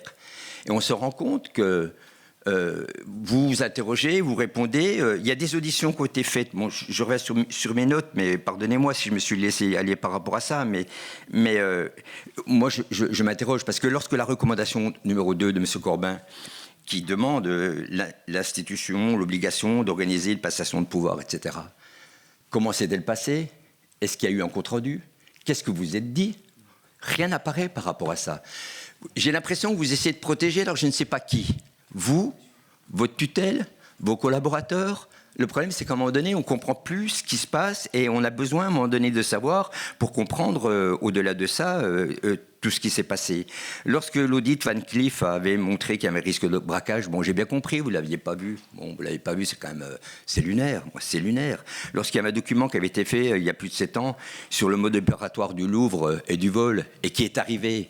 Eh bien, on s'interroge. Lorsque vous nous avez dit qu'il y avait 12 agents qui ont bien réagi, moi je me rappelle, première réunion, ils ont bien réagi, ils ont évacué tout le monde. Mais attendez, 12 agents vis-à-vis de 2 personnes qui ont posé leurs outils. Mais là, moi j'attends autre chose de 12 agents. De 12 agents, je pense qu'à un moment donné, je suis désolé, mais 12 contre 2, il y a quand même quelque chose à faire. Alors vous avez dit oui, ils ont bien réagi, ils ont évacué tout le monde. Moi je pense qu'à un moment donné, il y a quelque chose par rapport à ça. Et puis enfin, pour terminer, lorsque vous dites vous avez choisi, vous avez demandé à Philippe Jost, rappelez-vous, je vous avais dit ça serait peut-être bien que ce soit un général. Alors c'est Philippe Jost qui a succédé à feu monsieur le général Georges Lain. Mais je pense que c'est ou un désaveu, parce que vous avez besoin de quelqu'un. Donc ça montre un certain degré d'incompétence, pardonnez-moi, ou alors c'est quelque chose qui vous a été imposé. Et je terminerai sur les propos que Max Brisson a dit. Pourquoi êtes encore vous là? Qui protégez-vous? Merci. Madame la Présidente, je vais vous laisser répondre. Alors, je vais tenter de répondre avec quelques synthèses. Donc, sur la question du tuilage et de la transmission, donc je redonne le calendrier. Donc, ma nomination est annoncée fin mai 2021. Et nous nous voyons avec Jean-Luc Martinez à plusieurs reprises en juin et juillet 2021. Il assume à ce moment-là la présidence par intérim jusqu'à la fin août 21. Et moi-même, je continue à présider les musées d'Orsay et de l'Orangerie pendant cette période. Pour ces rendez-vous, il a effectivement préparé un certain nombre de dossiers, qui est une sorte de photographie du Louvre à l'instant T, notamment de son organisation, avec des dossiers par direction et par département, direction transversale et département. D'ailleurs de nature parfois un tout petit peu hétérogène dans leur contenu, avec des degrés de précision plus ou moins forts, mais c'est peu importe.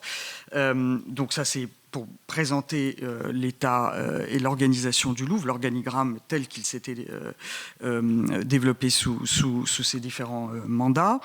Nous faisons aussi un point très important sur les différents chantiers muséographiques, ceux qui étaient en cours et ceux à venir, qui étaient importants, notamment au sein du département des antiquités grecques, étrusques et romaines, que d'ailleurs Jean-Luc avait dirigé auparavant. Enfin, il y avait plusieurs autres chantiers, certains que je n'ai pas poursuivis, que je n'ai pas lancés, peu importe, hein, c'est simplement un tour d'horizon. La programmation culturelle, la question des acquisitions, avec d'ailleurs des questions liées aux trésors nationaux. La question des schémas directeurs, bien sûr, est évoquée de façon là synthétique, évidemment, pas tout à fait dans le détail, puisque c'est là que ça, ce sera ensuite au niveau des différents directeurs que les choses vont se jouer. Et puis la question de la préparation du budget initial 2022, qui effectivement est une affaire complexe, puisque, comme la sénatrice Darcos vient de le rappeler, nous sommes dans une situation très particulière au début de l'été 21. Nous ne sommes pas encore sortis de la crise du Covid. Je rappelle d'ailleurs qu'une de mes premières priorités, et là tout à fait demandée par la tutelle, tutelle était de faire revenir tous les agents au musée du Louvre pour reprendre leur poste de travail et de relancer, bien entendu, la fréquentation. Je rappelle que la fréquentation chute à ce moment-là à 2 millions de visiteurs par an, c'est-à-dire que le modèle économique, budgétaire du Louvre est totalement fracassé, mis à mal. Et à ce moment-là, avec Jean-Luc, nous n'avons ni l'un ni l'autre la visibilité de ce qui allait se passer.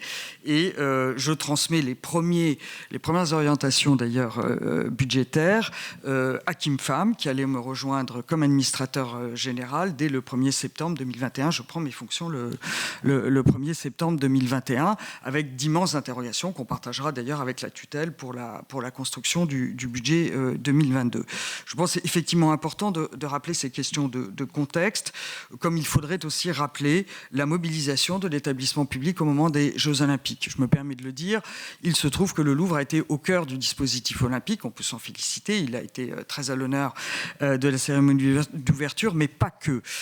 Il était aussi, vous savez, le lieu d'accueil de la vasque olympique, avec une mobilisation très importante de la DAPS, de la fameuse DAPS, des équipes d'accueil et de sécurité, sous la houlette de Denis Fousse, qui ont remarquablement travaillé dans cette période avec évidemment une pression tout à fait considérable à accueillir des milliers et des milliers de visiteurs qui étaient à Paris pour les Jeux Olympiques. Et je voudrais saluer le travail des équipes du Louvre à ce moment-là, qui a été exemplaire, en lien bien sûr avec la préfecture de police, le COJOP, mais enfin, il faut aussi rappeler ces moments qui ont certainement pris du temps, pour les équipes de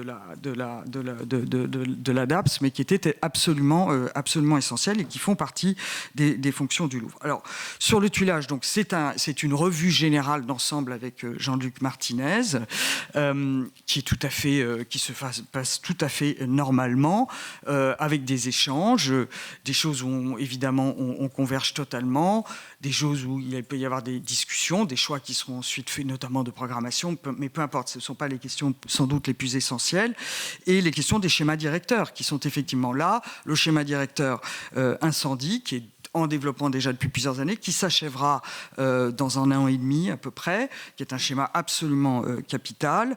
Le schéma de sûreté qui est à ce moment-là en phase d'étude, et la sécurisation du domaine qui est déjà lancée et qui, vous le savez, s'achèvera en 2026 avec la dernière grand geste qui sera la restauration de la grille de côté Concorde des Tuileries, et d'ailleurs la pose d'un dispositif anti-bélier aussi qui complétera cette sécurisation. Donc là, vous voyez la continuité, et je rejoins totalement Jean-Luc quand il dit qu'il y a eu une continuité de l'État sur cette question. Il n'y a pas du tout de rupture, mais par ailleurs, il n'y a pas de procédure normalisée de passation de pouvoir. J'en ai connu une autre au musée d'Orsay, avec mon prédécesseur au musée d'Orsay, Guy Cocheval. Je peux vous dire que ça n'a pas été tout à fait la même ambiance. Bon, voilà, c'est tout. Je ne rentrerai pas dans les détails, mais ce n'est pas du tout normalisé. Je sais que le ministère de la Culture se pose la question de normaliser et d'organiser ces passations de pouvoir. Il pourrait d'ailleurs y avoir une réunion stratégique au sein, par exemple, du cabinet de la ministre entre les deux présidents. C'est une chose qui pourrait très bien se concevoir. Bon, moi, je ne l'ai jamais connu.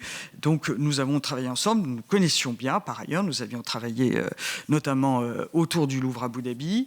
Et nous avions des rapports extrêmement courtois et je vais dire, confraternel, et ça s'est passé dans cette ambiance-là. Par ailleurs, ce qui est vrai, c'est que des directeurs, je n'arrive pas avec une équipe qui remplace une autre équipe, ça n'est absolument pas cela. J'arrive avec effectivement un administrateur général à mes côtés, un administrateur adjoint, un directeur de cabinet aussi, qui est à mes côtés aussi aujourd'hui. Pour autant, tous les directeurs sont là, ne changent pas, et c'est évidemment un élément de continuité et de transmission effectivement de l'information et de l'organisation du musée, notamment autour de la sûreté, puisque Denis Fousse, que vous avez entendu hier, reste mon directeur de l'accueil et de la surveillance jusqu'à il y a presque 1 an. Donc voilà, Denis, il a a la mémoire de cette direction, et je m'appuie énormément sur ses recommandations parce qu'il connaît parfaitement le Louvre, les équipes, les difficultés évidemment, les forces et les faiblesses, et notamment c'est sur sa recommandation que je déciderai de l'établissement d'une jauge à 30 000 visiteurs par jour pour éviter les phénomènes de saturation et aussi pour des raisons de sécurité du public, de conditions de travail des agents et de sécurité des œuvres. C'est très clairement une réflexion portée par la DABS et par Denis qui m'a convaincu qu'il fallait prendre cette décision qui n'a pas forcément été extrêmement bien appréciée évidemment du côté de Bercy à l'époque. Mais enfin, c'est comme ça. Donc voilà, il y a une continuité. Vous échangez entre de chefs d'établissement et puis après, vous êtes immédiatement en contact avec les directeurs. Dès le mois de juillet, je reçois même à Orsay, je commence à recevoir les directeurs des services transversaux, les directeurs de département, pour commencer à parler des projets, de l'état, voilà, des différentes questions. Et là aussi, on est effectivement dans une période de redémarrage extrêmement lent, extrêmement incertain, où on sent qu'il va falloir donner énormément d'énergie pour que cette grande maison se remette en marche. Et ça, ce sera une de mes priorités, qui est d'ailleurs très clairement énoncée, je me permets de le rappeler devant cette Assemblée, dans ma lettre de mission qui m'est adressée par la ministre de la Culture en janvier 23, si je ne m'abuse, donc quelques mois après, 22, janvier 22, quelques mois après ma prise de fonction. C'est assez classique. Il suffit de la regarder, elle est publique et vous voyez très bien les priorités qui sont énoncées et que je pense que j'ai rempli les objectifs qui m'avaient été fixés. Donc voilà, les conditions de cette passation, elles sont très simples, elles sont très directes, elles se font de personne à personne. Pour autant, les deux audits qui ont été mentionnés à plusieurs reprises aujourd'hui ne me sont pas transmis. Je pense parce que, alors dans le cadre de l'audit de Van Cleef, et je me permets je suis un peu dans la conjecture aussi, parce que tout simplement, les réaménagements de vitrines, les changements de vitrines de la galerie d'Apollon avaient été réalisés en 2018-2019 et que c'est un dossier clos pour le Louvre à ce moment-là. Je me souviens d'un échange avec le directeur du département des objets d'art de l'époque, Yannick Durand, qui avait piloté cette opération et avec qui j'ai rendez-vous mensuel en tête-à-tête avec tous les directeurs de département, me dit à l'automne 21, me dit « Je suis extrêmement rassuré sur les nouvelles dispositions que nous avons prises pour la présentation des joyaux de la couronne dans la galerie d'Apollon. Nous avons changé les vitrines enfin, car les anciennes vitrines étaient extrêmement peu sûres et en plus avaient abîmé un certain nombre avaient abîmé des objets. Et donc nous avons là un dispositif tout à fait sécurisé. Je rappelle d'ailleurs que Yannick, d'après ce que je comprends, pousse sur l'épaisseur du verre, va plus loin, puisque le verre choisi pour les vitrines est un tout petit peu plus fort et plus sécurisé que celui qui est recommandé dans le rapport Van Cleef. Mais moi, le rapport Van Cleef, à l'époque, je n'en ai pas connaissance. Et je vais me permettre de revenir peut-être sur les circonstances dans lesquelles je reconnais. Le rapport de 2017, qui est un rapport plus global et qui a nourri à l'évidence les réflexions pour lancer les premiers états du schéma directeur, je n'en ai pas connaissance non plus, parce qu'à ce moment-là, on est déjà sans doute à une autre étape avec un schéma directeur qui commence à avancer évidemment dans ces phases de conception. Et on est déjà, on est plus loin dans le temps. Sur le rapport Van Cleef, je vais être très précise avec vous. J'ai pris connaissance, j'ai découvert ce rapport, puisque donc nous sommes le 19 octobre, évidemment, dès le 20 au matin, je demande à l'ensemble des équipes de me remonter tous les dossiers qui concernent les chantiers qui ont eu lieu dans la galerie d'Apollon depuis une vingtaine d'années. Nous savons qu'il y a eu deux grands moments de chantier dans la galerie d'Apollon. Un, en 2003-2004, qui a consisté à restaurer la galerie d'Apollon et notamment les plafonds, qui était une très, très belle opération, mais moment où il est décidé de retirer la fameuse grille dont je vous annonce qu'elle sera reposée dans quelques jours. Ce sera fait avant Noël. Voilà, ça c'est un premier état de la question. Donc on fait remonter les documents. Et effectivement, dans un ordre dispersé. C'est là que je fais le constat de notre désorganisation. Je le reconnais parfaitement, je prends ma part. Hein. Je ne vais pas vous dire que tout va bien. Non, nous sommes dans une situation de crise et nous devons rebondir et, bien entendu, remettre les choses dans le bon ordre. Et c'est mon devoir de présidente que d'accompagner le Louvre et de le piloter dans cette période complexe, difficile. Mais c'est mon honneur de présidente que de le faire avec une vision, avec un cap, pour protéger cette institution et les équipes qui y travaillent. Donc, on commence à remonter un certain nombre de dossiers. Je suis auditionné le mercredi après-midi, vous l'avez rappelé, Monsieur le Président, donc très peu de temps, donc 3 jours après les faits.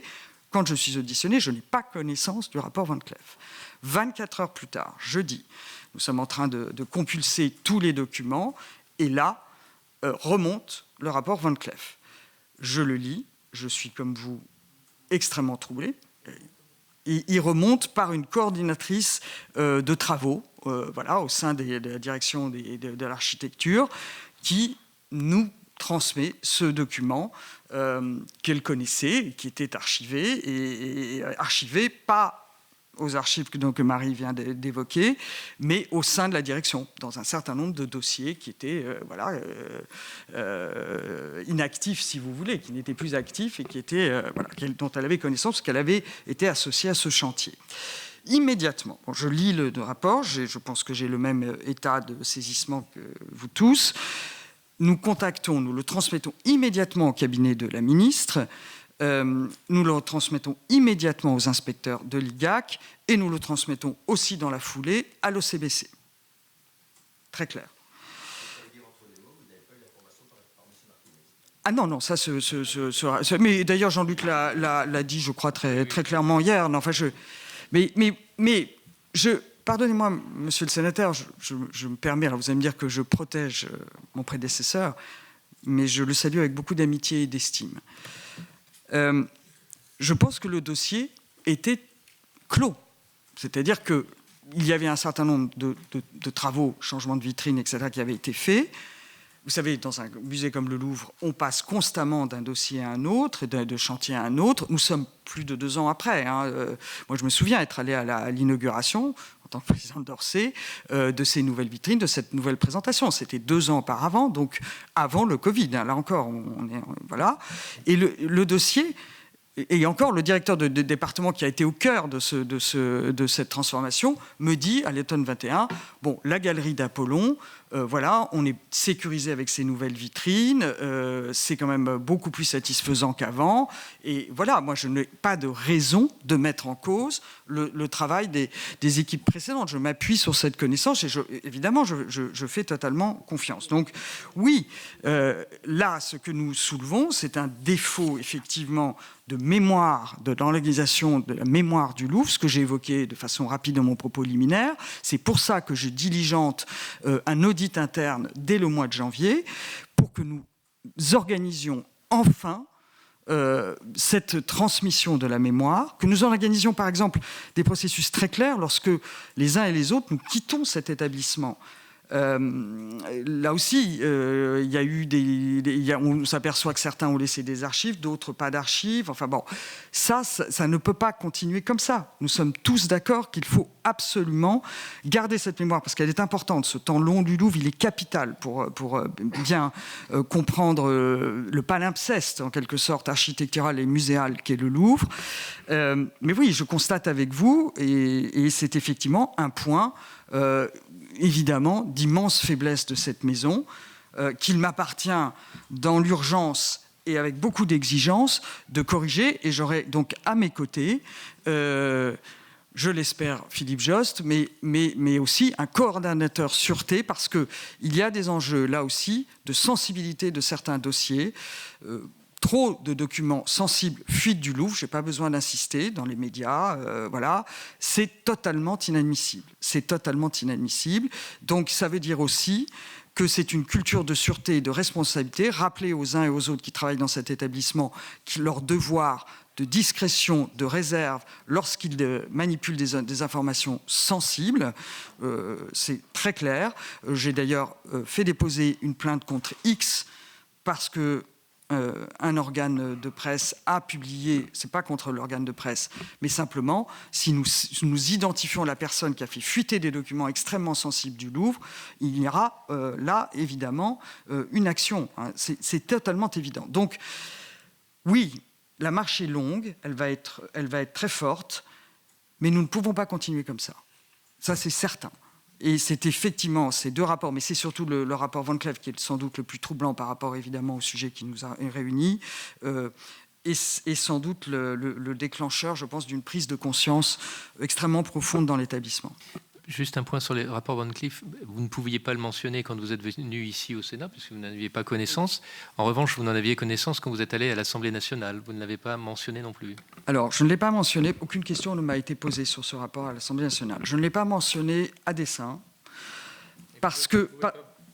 Mais ils ne pouvaient pas vous poser de questions. Ils n'en avaient eux-mêmes pas connaissance. Mais est-ce que vous n'avez pas jugé... Je vais vous expliquer pourquoi, Monsieur le Président. Parce que d'abord, ce dossier contenait des informations extrêmement sensibles. Nous étions dans le cadre d'une audition publique. Ce rapport était à ce moment-là transmis déjà, je l'ai dit, au cabinet de la ministre et à l'IGAC. Il allait donc être analysé dans le cadre du rapport de l'IGAC. Et surtout, il a été transmis à l'OCBC et c'est un élément important dans l'enquête actuelle. Donc je ne voulais pas, si vous voulez, commencer à dire que, tout en ne pouvant pas rentrer dans le détail, j'ai pris sur moi, peut-être ai-je eu tort, de ne pas le mentionner devant la représentation nationale. Mais si la question m'avait été posée, j'aurais dit oui, il y a un rapport, mais je ne serais évidemment pas rentré dans le détail, parce que là, il y avait évidemment des questions de très forte sensibilité dans le cadre d'une enquête. La question des budgets, Monsieur Pham. Oui, volontiers, Monsieur le Président. Sur la question des budgets, un point très important, c'est le fait que le rapport de l'Inspection générale des affaires culturelles s'arrête en 2025, année incluse. Or, pendant cette période, et significativement en 2023, 2024, 2025, oui, on est dans des phases de définition des besoins pour le schéma directeur sûreté et de conception du projet. Et dans ces phases, il est inévitable, comme pour tout projet, que les dépenses soient moindres que lorsque les investissements physiques vont arriver. Or, ces investissements physiques, ils débutent en 2026 et montent en puissance à partir de 2027. Et donc, si dans le petit graphique que donne l'IGAC, ils avaient projeté les dépenses après, d'ailleurs je tiens à votre disposition un graphique avec une projection de ces dépenses après 2025, on voyait évidemment une montée en puissance très forte, très significative en 2027, 2028, 2029, 2030 sur ce schéma directeur sûreté. Il est important aussi de dire que ce rapport IGAC se centre, et il a raison de le faire, sur les investissements, mais que du côté du fonctionnement, qu'il s'agisse de nos prestataires d'agents de sûreté ou qu'il s'agisse des dépenses de maintenance qui s'inscrivent en fonctionnement, eh bien, il y a eu une véritable montée en puissance de ces dépenses également. De même que nous avons profité de tous les chantiers muséographiques de rénovation pour corriger et avoir une sûreté à la hauteur. Je me permets de signaler l'ouverture récente de la Galerie des 5 continents et des salles de peinture espagnole et une partie des salles de peinture italienne complètement rénovées et à l'entrée de la Porte des Lions, où vous verrez justement une partie de ces dépenses de fonctionnement affectées donc à la rénovation et donc à la montée en puissance de la sûreté du Louvre. C'est pas de l'investissement, c'est du fonctionnement, mais c'est plus de 134 caméras, 135 caméras qui ont été déployées entre 2023 et 2025. C'est 1 200 000 €. Ça n'est pas rien. Là encore, nous n'avons pas attendu que le schéma directeur soit actif pour évidemment monter constamment en puissance dans des équipements modernes et dignes du Louvre. Alors, la réponse, je me permets de dire que nous avons rédigé et que j'ai signé donc une réponse IGAC au rapport de l'IGAC qui est à la disposition de la commission que vous avez reçu, Monsieur le Président, donc qui est parfaitement public et qui permet de préciser là aussi un certain nombre de choses, notamment cette dynamique d'investissement. Je pense qu'il y a eu un élément aussi, Madame la sénatrice, sur la question des 80 millions d'euros. dans le cadre des LNR, du Louvre Nouvelle Renaissance. Entendons bien, nous sommes dans du pluriannuel. Hein. Nous sommes sur un déploiement de schémas qui se fait à partir des modes de financement qui ont été évoqués, la surtarification extra-européenne, la subvention de 10 millions d'euros pluriannuelle de l'État. Le Louvre Nouvelle Renaissance, c'est 2 jambes, comme je l'ai souvent dit, des schémas directeurs techniques de rénovation, et le schéma de sûreté est au cœur, et certainement le principal schéma de rénovation et de modernisation du Louvre, mais c'est aussi des solutions structurelles. Nous ne pouvons pas nous contenter de réparer le Louvre et de le faire monter en compétences technologiques sans toucher aux questions structurelles. Je rappelle le problème du Louvre. C'est un très beau problème que beaucoup de directeurs de musées dans le monde voudraient avoir, mais c'est son immense succès, fréquentation. Aujourd'hui, cette année, nous allons annoncer 9 millions de visiteurs, avec une jauge à 30 000 visiteurs par jour, pour une pyramide qui a été conçue pour en accueillir 4 millions. Donc des effets de saturation que vous connaissez bien, le concept de l'entrée unique qui est mis à mal, une partie du Louvre qui n'a pas été traitée par le Grand Louvre, tout le quadrilatère Sully, où vous le savez, nous commençons à voir des problèmes bâtimentaires. C'est au cœur du projet Louvre Renaissance que de rénover, bien sûr, cet ensemble patrimonial insigne et important. Et bien sûr aussi la question de la présentation de la Joconde, ce chef-d'œuvre universel qui n'est pas présenté de façon correcte et satisfaisante aujourd'hui et qui mérite un espace qui lui soit dédié et qui est au cœur, là aussi, du projet Louvre Nouvelle Renaissance. Donc c'est un projet, bien sûr, de longue haleine, hein, qu'il faut envisager sur plusieurs années, mais c'est bien ce cap de transformation qui projette à la fois dans ses besoins techniques, technologiques, de rénovation du bâtiment et de solutions structurelles, l'avenir du Louvre. Et c'est à cette mesure que nous devons travailler. Je rappelle que les grands musées comparables au Louvre ne sont pas forcément en France, ils sont à l'étranger. Je signale le British Museum, qui a annoncé il y a quelques mois un plan qui est très très similaire d'ailleurs à Louvre Nouvelle Renaissance, avec un concours architectural qui a été gagné par l'architecte franco-libanaise Lina Gothmé. Le projet est annoncé à plus d'1 milliard de livres sterling, bien sûr. Et voilà, j'échange énormément avec mon confrère Nick Ellingham, qui était au Louvre la semaine dernière, dans une institution publique, pas tout à fait comparable au Louvre, mais ce sont des histoires différentes, mais néanmoins, c'est une grande institution publique qui prend aussi la mesure de la nécessité de sa rénovation. Là aussi, les infrastructures techniques, l'obsolescence du British Museum sont totalement avérées et très comparables au Louvre. Je vous invite à regarder les enjeux du British Museum aujourd'hui. Et puis, on pourrait évoquer d'autres très grands musées, comme le Metropolitan Museum, qui est dans une série de très grandes rénovations et transformations. Ce qui se joue aujourd'hui, avec le projet Louvre Nouvelle Renaissance, c'est non seulement de rénover le Louvre, de le réparer, mais j'allais dire, qu'il ne perde pas son rang de plus beau et de plus grand musée du monde. Il y a un danger de déclassement du Louvre aujourd'hui, très très très clairement, et c'est bien ce constat que j'avais porté devant la représentation nationale à plusieurs reprises, devant les médias, qui est aujourd'hui une ligne d'horizon qui doit être le cap pour l'établissement dans les années qui viennent. Sur la cartographie des risques et le fait que le risque intrusion avait une faible cotation qui a même diminué dans le temps, entre 2023 et 2024. Effectivement, erreur, sous-estimation que nous prenons tout à fait. Les informations remontées de la direction de l'accueil et de la surveillance, hein, ce n'est pas moi qui ai fait cette notation, voilà, mais c'est comme ça, j'assume, hein, présidente, j'assume. C'est évidemment un risque qui a été sous-estimé et qui, effectivement, montre la nécessité de cette culture de la sûreté qui doit être, y compris au sein des équipes même qui en charge de l'accueil et de la surveillance, certainement renforcée par la formation qui démarre, alors là aussi, dès le mois de janvier, hein, le plan de formation global. J'ai quelques questions très courtes et précises pour éclairer notre compréhension. Hier, Monsieur Martinez a précisé qu'en 2018, je crois, il avait mis en place un comité de pilotage sur la sécurité, sur la sûreté, qui se réunissait tous les 15 jours.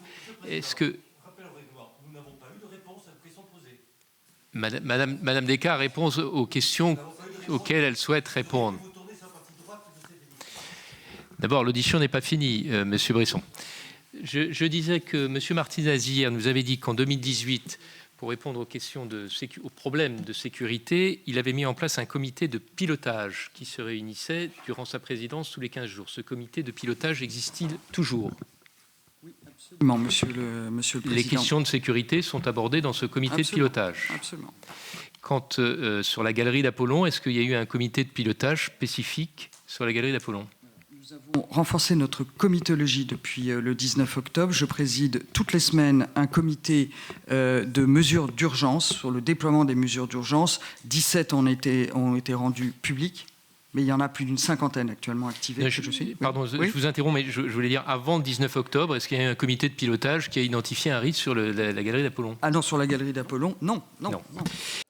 C'est la fin de 100% Sénat, consacrée aujourd'hui aux auditions de Laurence Descartes, la présidente directrice du Louvre, et de Jean-Luc Martinez, son prédécesseur.